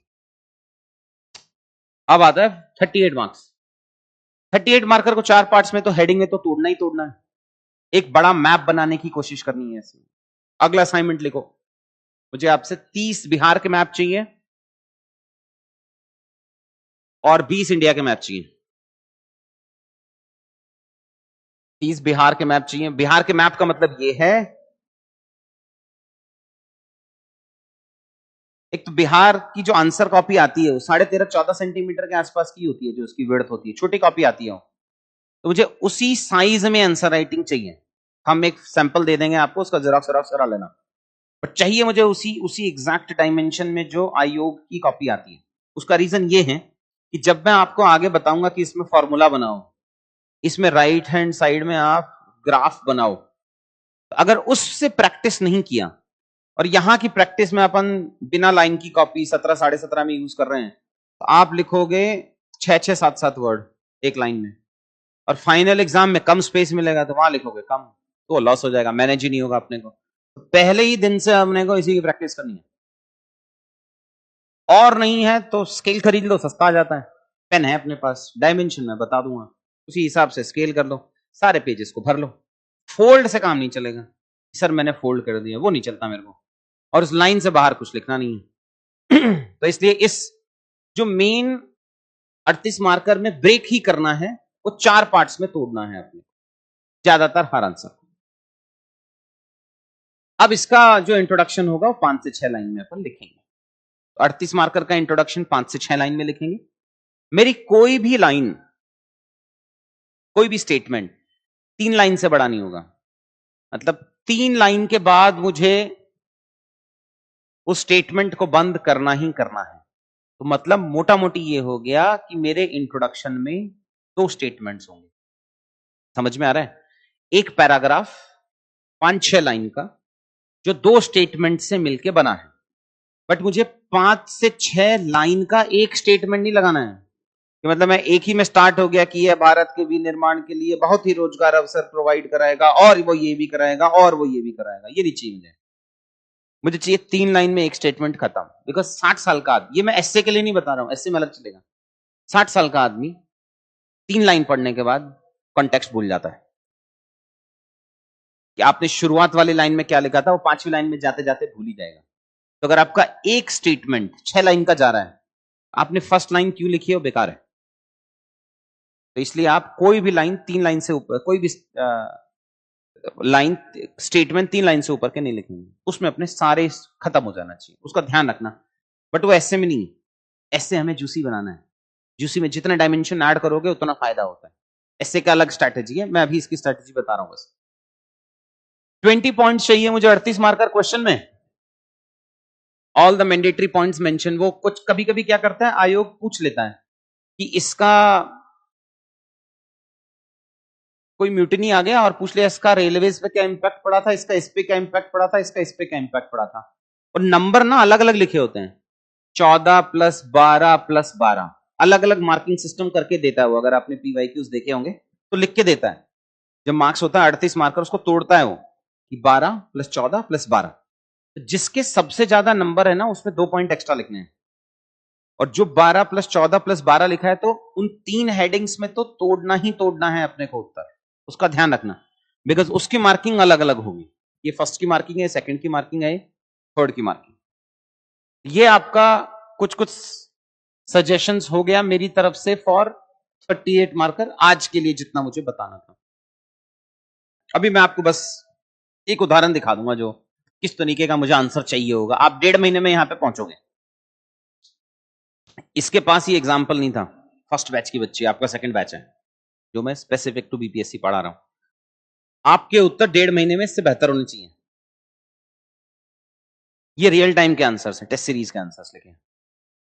वामपंथी उग्रवाद में उद्यम की प्रवृत्ति दिखाई दे रही है, समथिंग समथिंग करके अपन ने इंट्रोडक्शन लिखा 3 लाइन का। हाँ, एक और चीज का ध्यान रखना, ये मेरे ही वैल्यूएटेड है शायद।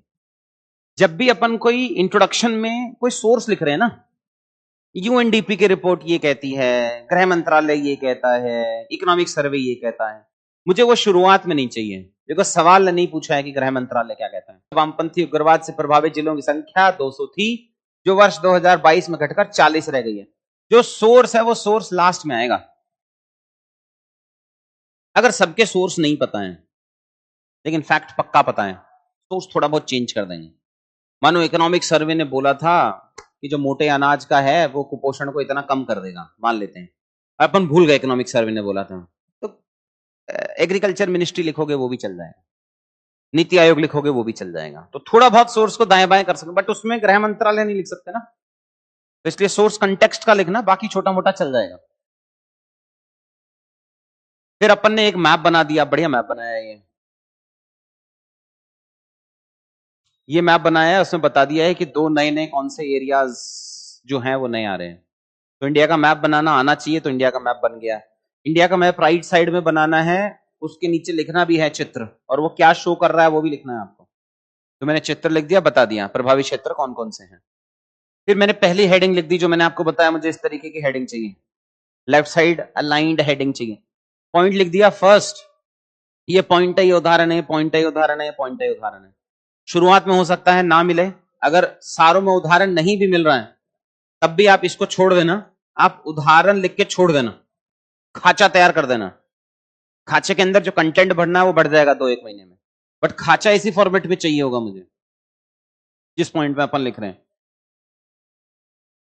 अपन ने 6-7 पॉइंट लिखे एक हेडिंग में, वामपंथी गुरुवाद द्वारा चुनौतियां क्या हैं, पॉइंट लिखा, एग्जाम्पल लिखा, एक डायग्राम बनाया, पॉइंट लिखा, एग्जाम्पल लिखा, पॉइंट लिखा, एग्जाम्पल लिखा, 1-2 ग्राफ बना दिए अपन ने, आगे की रहा हो गया हमारा, और फाइनली 6, 7, 8, 9, 10 और कंक्लूजन लिख दिया।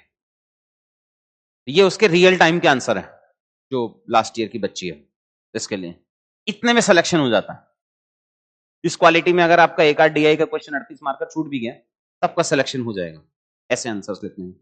ये अपने को 1.5 महीने में पहुंच जाना है, सिर्फ सिलेक्शन नहीं चाहिए ना, ये अपने को 1.5 महीने में यहां तक पहुंच जाओगे आप। जो जो असाइनमेंट दे रहा हूं वैसे वैसे से कर लेना बस, और कोई दिमाग मत लगाना। ये एक लेवल का आंसर हुआ। जैसे ये कोई अगला क्वेश्चन है, चंपारण नील विद्रोह आंदोलन का मूल्यांकन कीजिए, और दिस 38 मार्क का क्वेश्चन आ गया। 40 मिनट थोड़े ज्यादा लग रहे हैं ना, 38 मिनट के आसपास में पूरा करने की कोशिश करेंगे। जब भी आप मुझे आंसर दिखाने आएंगे, ये तो अभी आप नए नए बच्चे हो, उसके बाद कॉपी मैं भी चेक करता हूं, ऐसा नहीं है कि सिर्फ इवैल्यूएटर ही चेक करेंगे और बाकी सब चलेगा। तो जब भी आप मुझे आंसर दिखाने आएंगे, मुझे 2 चीजें चाहिए होंगी। आप चाहे 1.5 घंटे लो, मुझे उससे कोई लेना देना नहीं है, टाइम कैसे काटते हैं वो मुझे आता है, बट मुझे कितने शब्द लिखे हैं आपने, उन शब्दों में सिर्फ ये 1, 2, 3, 4 नहीं गिनना है, बाकी सब गिनना है। हेडिंग गिनना है, डायग्राम्स के वर्ड्स गिनने हैं, ये नहीं गिनना है डिक्रीजिंग, बाकी जितने शब्द लिखे हैं वो सब गिनने। तो कितने शब्द हैं आपके उत्तर में और कितना समय लगा है, ये 2 चीज आप लिख के लाएंगे जब भी आपको मेरे को आंसर दिखाने होंगे। तो ये अपन ने लिख दिया, चंपारण आंदोलन की पृष्ठभूमि लिख दिया। यहां मैंने इसको कुछ बताया होगा कि डायमेंशंस कम है तो आप फॉर्मूला बना सकते हो। फॉर्मूला क्या होता है, फॉर्मूला डायमेंशन ही होता है, उसकी क्लासेस कराऊंगा तो बताऊंगा। ये वो वाव इफेक्ट है। आप आज जाओगे तो टॉपर्स की कॉपी एनालाइज करोगे तो देखोगे कि जिस जिस टॉपर ने हर तीसरे पन्ने दूसरे पन्ने में वाव इफेक्ट डाला है उसको 25-25 नंबर मिले हैं, 24-24 नंबर मिले हैं। तो मुझे हर चौथे पन्ने तीसरे पन्ने में कुछ वाव इफेक्ट डालना है। वो वाव क्या होता है, जो कंपटीशन नहीं लिख रहा। तो अगर मैं हर दूसरे पन्ने में ग्राफ बना दूं राइट हैंड साइड में, अगर मैं हर तीसरे चौथे पांचवें पन्ने में एक फॉर्मूला बना दूं, अगर हर तीसरे चौथे में मैं कुछ कीवर्ड लिख दूं, कीवर्ड की भी अलग से डिस्कशंस होंगे, तो इसका मतलब मैं इवैल्यूएटर को हर थर्ड पेज पे जाके एक वैल्यू एड का कंपोनेंट दे रहा हूं। हर वैल्यू एड कंपोनेंट एक एक नंबर एक्स्ट्रा। थोड़ा इंप्रेशन क्रिएट करना पड़ेगा हमें ऐसे मन में।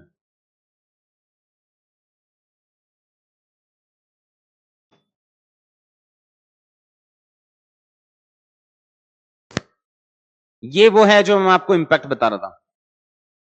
ये जो फ्लो चार्ट बनाया है ना, ये फ्लो चार्ट वैल्यू एड है, लिख भी तो सकता था नॉर्मल भी, बट क्योंकि 38 मार्क का क्वेश्चन है 6.5 मार्क्स तक, 6.5 पन्ने तक, उसका ध्यान केंद्रित करके रखना और 6.5 भरना भी, तो इसका मतलब मुझे फ्लो चार्ट बनाना पड़ेगा उसमें। अब 5 सवाल हैं, पेपर 1 में एक फ्लो चार्ट बनाएंगे, पेपर 2 में एक फ्लो चार्ट बनाएंगे, बट पेपर 2 में 2 फ्लो चार्ट नहीं बनाएंगे, तो एक फ्लो चार्ट बना लेंगे, एक कोई साल का इवोल्यूशन दिखा देंगे किसी में, एक में मैप बना लेंगे। ऐसे करके अपन अपने 5 क्वेश्चंस की अलग स्ट्रैटेजी बना के जाएंगे। 5 क्वेश्चंस में एक पेज ऐसे भरना है, तभी तो 6.5 पन्ने भरे जाएंगे, वरना कैसे भरे जाएंगे। तो ये आपको टेक्स्ट में तो लिखना ही लिखना था कि गांधी जी आए कैसे थे, बस इसने थोड़ा अच्छा कर दिया कि डायग्रामेटिकली दिखा दिया तो इसका काम हो गया।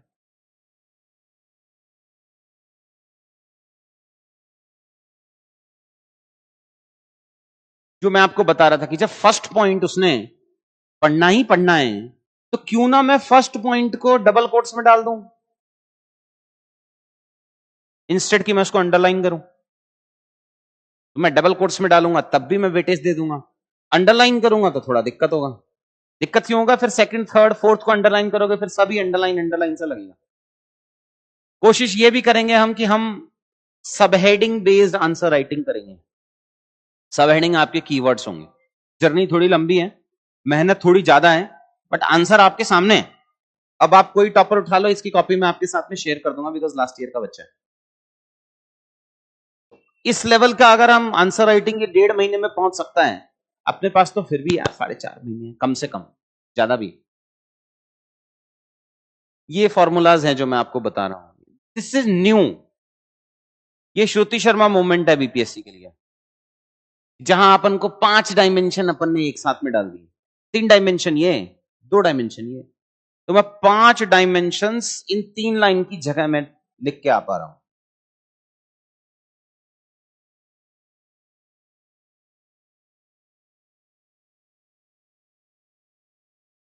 $533 वर्ड, 37 मिनट।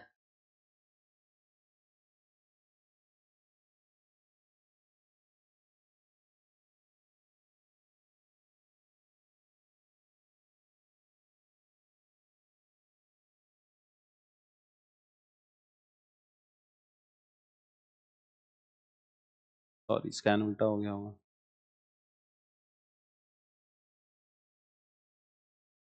ये नहीं चाहिए मुझे, ये फीडबैक दिया होगा इसको। ये जो आंसर है ना, ये ऐसा बॉक्स्ड सा लग रहा है, इतने सारे बक्से बक्से बक्से बक्से बक्से बना दिए मैंने। मैं कह रहा हूं जब अपन आखिरी बारी में पहुंचे हैं, जहां राजप्रसाद बता रहे हैं, स्तंभ बता रहे हैं, इसको काट दो ना। आपको हेडिंग बनानी है, आप यहां लिख लो मौर्यकालीन कला स्थापत्य। सेकंड आपको बतानी है राजकीय कला क्या थी या लोक कला क्या थी। इसके बाद में बक्से खत्म हो जाएंगे भाई। उसके आगे जो बनाना है वो बिना बॉक्स के जाएगा। एक तो मेरा समय जाता है, मैं ये बॉक्स क्यों बनाता हूं, हाईलाइट करने के लिए। तो एरो के आखिरी में जो लिख रहा हूं वो तो वैसे ही हाईलाइटेड है ना, तो मुझे उसको बॉक्स में लेके क्यों जाना है। तो कुछ ये रियल टाइम के चैलेंजेस हैं जो आपको टीचर ही ठीक कर पाएंगे। तो आप जैसे जैसे मुझे आंसर दिखाते रहेंगे, मैं वैसे वैसे इनको ठीक करता हुआ चला जाऊंगा। मतलब वो बहुत बड़े वो नहीं है, बट मुझे हर, जैसे गांधी वाले में उसने फ्लो चार्ट, उसका यूएसपी बन गया था तीसरे पन्ने पे, यहां वाले में इंडिया का मैप बन गया है। तो मुझे वो जो 5 क्वेश्चन आएंगे ना 38 मार्कर, उनमें हर किसी में कुछ यूनिक यूनिक पॉइंट डालना पड़ेगा तीसरे पेज पे या चौथे पेज पे। वो अपन एक लिस्ट बना लेंगे कि यार साइंस एंड टेक में ये रहता है तो ये बना लेंगे, या हिस्ट्री वाले में ये रहता है तो ये बना लेंगे, बट वो बना के जानी पड़ेगी अपने को, है ना। दूसरा कि जब मैं एक एक कोई मैप बना रहा हूं और उसको मेरे को एक बॉक्स के अंदर डालना पड़ेगा यूजुअली, तो ये ऊपर वाली लाइन नहीं चलेगी, सिर्फ नीचे वाली लाइन चलेगी, उससे मेरा काम हो जाएगा। बिकॉज अदरवाइज मैं हेडिंग और इसमें कंफ्यूज हो गया ना कि क्या ये मेरी हेडिंग तो नहीं थी कहीं। इसलिए मुझे इवैल्यूएटर के लिए इतना सिंपल बना देना है, इसको देख के लगे कि हाँ ये काम सही हो गया। अपन इंग्लिश का कोई न्यूज़पेपर पढ़ते हो? पढ़ते हो क्या? हाँ ना तो बोल दो, पढ़ते हो कौन सा?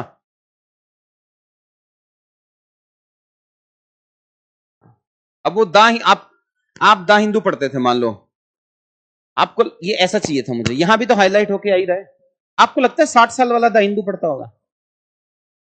60 साल वाला तो टाइम्स ऑफ इंडिया पढ़ता है, पता ही है अपने को। क्यों पढ़ता है वो times of India? The Hindu हमें पता है एकेडमिकली इतना अच्छा रहता है, क्योंकि उसकी जिंदगी में वो चीजें पढ़नी है जो थोड़ी लाइट हो। The Hindu as a newspaper aspirants बहुत रेफर करते हैं, बिकॉज वो एकेडमिकली बहुत हैवी है, इतना सारा ज्ञान है, उसको लेना ही नहीं है ज्ञान। तो इसलिए 60 साल वाले के हिसाब से आंसर लिखने पड़ेंगे अपने को, कि वो जैसा हम द हिंदू नहीं पढ़ेंगे वैसा ही इवैल्यूएटर भी द हिंदू नहीं पढ़ेगा। उसको भी इंग्लिश न्यूज़पेपर पढ़ना होगा तो टाइम्स ऑफ इंडिया पढ़ेगा। अगर आप यूपीएससी का एग्जाम नहीं दे रहे हो तो आपके यार दोस्त कोई देखा है द हिंदू पढ़ते हुए, तो इसका मतलब जो इवैल्यूएटर है उसकी साइकोलॉजी के हिसाब से आपको आंसर्स लिखने पड़ेंगे। तो इसलिए छोटी छोटी चीजें उसमें बहुत मैटर कर जाती हैं। अगर आपने उसके लिए चीजें सिंपल बना दी, आपके एक्स्ट्रा ऑर्डिनरी नंबर, ये जो अपन 200 वाले कर रहे हैं, ये इकलौते दुकलौते नहीं, भतेरे बच्चों के 200 मार्क्स आएंगे। ये उसके उत्तर है बच्ची के, ये 1.5 महीने में आ गया था। अब तुम if you can beat her तो हो जाएगा अपना काम। आप बीट कर लो, आप पहुंच जाओगे, कोई दिक्कत नहीं है इसमें।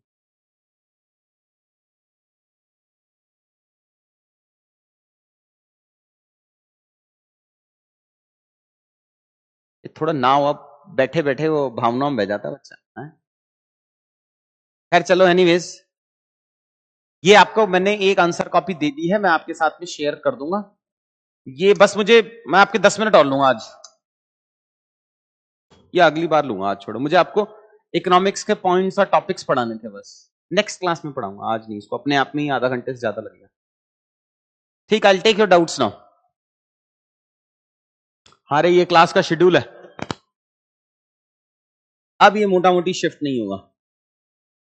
पिछली बार शिफ्ट होने का जेन्युइन रीजन है, मतलब वो मैंने आपको शायद ग्रुप में बताया होगा या पता नहीं जहां भी बताया होगा, कि एक फैकल्टी के घर पे कुछ इशू हो गया, फादर को कुछ इश्यूज आ गए थे, तो हेल्थ फिर हम भी एक लेवल पे पुश के बाद नहीं करेंगे, बिकॉज इसमें से बहुत सारी फैकल्टीज तो मेरे स्टूडेंट ही हैं वो एक्चुअली क्यूपी के, पहले कभी पढ़े हैं। फैकल्टीज भी हैं वो, बट वो मुझसे पहले पढ़े हैं, तो एक टीचर स्टूडेंट रेशियो भी रहता है। It's not only a professional relationship वाली बात वो। और मेरा बच्चा मेरा बहुत क्लोज रहता है, या तो छूट के चला जाता है क्योंकि मैं ही डांट मारने वाला आदमी हूं, और या फिर वो बहुत ही क्लोज रहता है, तो इसलिए वो अनफॉर्चुनेटली अभी कुछ हो गया था। तो अपन इतिहास से शुरू करेंगे। हो सकता है मेरी क्लासेस कुछ इसके इन बिटवीन में आती रहे, तो वो एक्स्ट्रा क्लासेस हो जाएंगी यार, कि मुझे इसी बीच में ना 100 की क्लासेस फिनिश कराई है। 100 का शेड्यूल नहीं दिया मैंने इसमें, तो साइंस ऑफ आंसर राइटिंग मैं अपने हिसाब से कराऊंगा। 100 बीपीएससी के लिए पहली बार करा रहा हूं। इससे पहले मैं बीपीएससी यूपीपीसीएस कहीं भी 100 नहीं कराया। यूपीएससी में कराया था 100 एसएडब्ल्यू, वही कोर्स है जिसके लिए रैंक 1 का मैसेज दिखाया था, बट वो बीपीएससी स्पेसिफिक मुझे पढ़ाना है। तो जो तुम 200 200 क्या सपने लिए बैठे हो, मेरे लिए तो 210 सपना है कि अगर 210 आए तभी तो बात बनेगी, आप समझो। वरना दिल्ली बैठे किसी इंस्टीट्यूट का बीपीएससी में घुसने का कोई सेंस नहीं बन रहा है। अगर आप उसमें घुस रहे हो, उसका मतलब आपको कुछ वैल्यू ऐड करना पड़ेगा, कुछ नया कंटेंट लाना पड़ेगा, कुछ नए तरीके से पढ़ाना पड़ेगा। तो ये भाई रफ शेड्यूल है आपका। 95% ये शेड्यूल फॉलो हो जाएगा। आप इसको डिवाइड करके देख लेना क्या है। तो शुरू में हिस्ट्री की क्लासेस है अमृत की, फिर मैं एग्रीकल्चर लूंगा फिर अमृत की क्लासेस हैं, तो पेपर 1 अपना खत्म हो गया हिस्ट्री वाला पार्ट। फिर मेरे एक आध क्लास डाल दी उसने। फिर लावण्या मैम की क्लासेस हैं, पॉलिटी। पॉलिटी थोड़ा टिपिकली आता है तुम्हारा, है ना, थोड़ा अच्छे से पढ़ना पड़ेगा। कुछ ये रफ रफ शेड्यूल रहेगा। इसमें again as I told you कि मेरा साइंस ऑफ आंसर राइटिंग है वो इसमें नहीं है, वो मैं अपने हिसाब से बट बीच बीच में ही करा दूंगा। कोशिश करूंगा ज्यादातर क्लासेस अक्टूबर के महीने में ही खत्म हो जाने की। एक आध टॉपर और देख लेते हैं। अब इसको देख के इसमें सबसे बड़ी गलती क्या लग रही है, इशू क्या लग रहा है यार, ये और होता तो अच्छा हो जाता।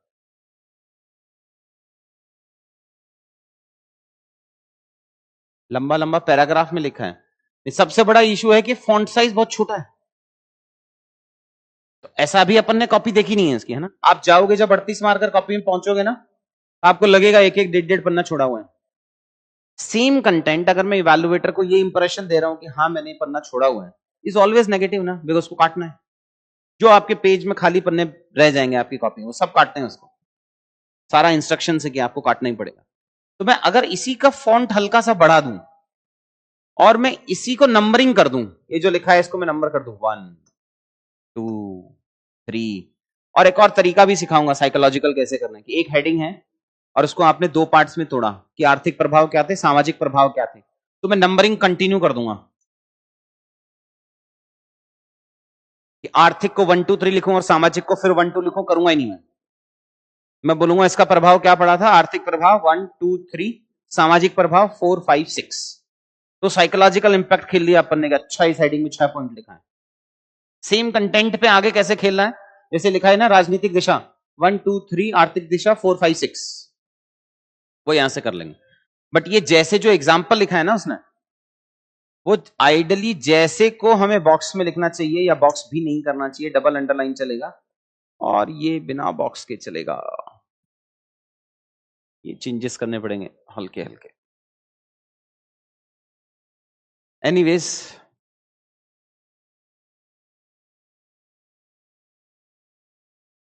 इन कॉपीज को क्या ही इवेल्युएट करेंगे हम, ये देख लेते हैं, है ना। 181,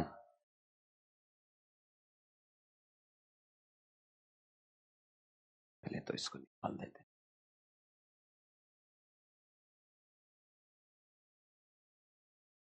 थोड़ा साफ नहीं है बट हाँ चल जाएगा।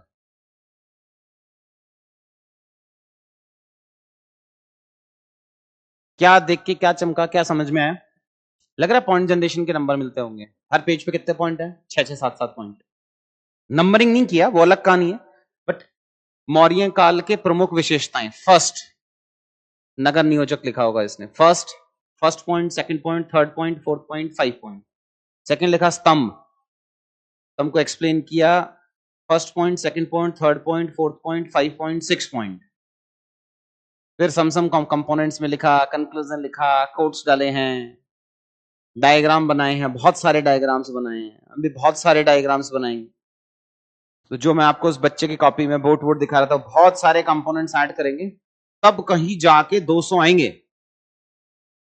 देखो 150 तक लाना इज वेरी सिंपल, 170 लाना इज अ बिट डिफिकल्ट, 180 लाना इज वेरी डिफिकल्ट, 190 लाना is exceptional, 200 is almost impossible, because 99.9999% बच्चों के नहीं आएंगे।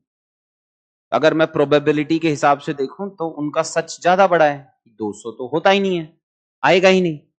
अगर आपको लेके आना है तो एफर्ट्स भी उतने ही डालने पड़ेंगे, उतने एफर्ट डालोगे तो कभी तो किसी ने यह भी नहीं सोचा होगा कि 494 आ सकते हैं, ऐसा तो हुआ ही होगा। फिर एक बच्चे ने आगे चैलेंज किया होगा कि क्या बात कर रहे हो यार, हम लाएंगे। अगर वो हम लाएंगे का एटीट्यूड है, उतनी मेहनत करेंगे। उसका मैंने आपको असाइनमेंट दिया है, वो ये मैप का काम फिनिश करके लाना और ये काम फिनिश करके लाना नेक्स्ट क्लास तक। परसों मिलते हैं आपसे। Any other doubts? अरे हाँ, रुको रुको, डायमेंशन। तो मानो ये डायमेंशन मिलता है आपको बिहार की कॉपी में, 13.5 सेंटीमीटर की विड्थ मिलती है, हाइट मुझे अभी याद नहीं है कितनी मिलती है। उस पर्टिकुलर पेज को 6 पार्ट में डिवाइड कर लेना, और एक जो आप बिहार का मैप बना रहे हो वो एक यहां, एक यहां, एक यहां, एक यहां, एक यहां, एक यहां, ऐसे करके आपको रफली 20 एक मैप बनाने हैं, 18 मैप बना लेना ऐसे। फिर सेकंड मैप बनेगा, मानो ये आपकी कॉपी का साइज है,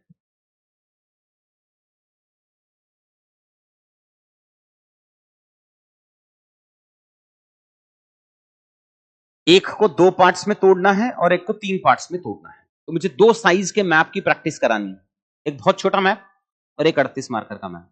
38 मार्कर का मैप मेरा बीच में बनेगा, पेज के बीच में बनेगा, सेंटर स्पेस लेगा, राइट और लेफ्ट साइड में मैं उसके बारे में कुछ कुछ कुछ कुछ लिख रहा हूँ। और ये जो छोटे मैप होंगे ये मेरे 8 मार्कर में राइट हैंड साइड बॉक्स बनाने के लिए बनाए। तो आपको कुछ इस तरीके से पेज को तोड़ के इसकी प्रैक्टिस करनी है। 12 हो गए जैसे, तो 2 पेज भर लेना, 24 बना लेंगे, और वो जो 6 जो बनाने हैं वो 18 वाले पार्ट हो जाएंगे। तो वैसा करके कुछ बिहार के मैप बनाने हैं, वैसे इंडिया के मैप बनाने हैं, कुछ उस डायमेंशन में और कुछ इस डायमेंशन में। भारत की मैप ये छोटे बनेंगे बट 0.25 मार्क्स लाने के लिए बहुत बढ़िया है। ये 2 चीजें होगी मैप की, और एक हो गया सारे डिस्ट्रिक्ट्स का, ये आप परसों तक करके लाएंगे, ठीक है। बिहार डिस्ट्रिक्ट बाय टेम्पलेट कैसे भरनी है, तो एक पेन उठाएंगे।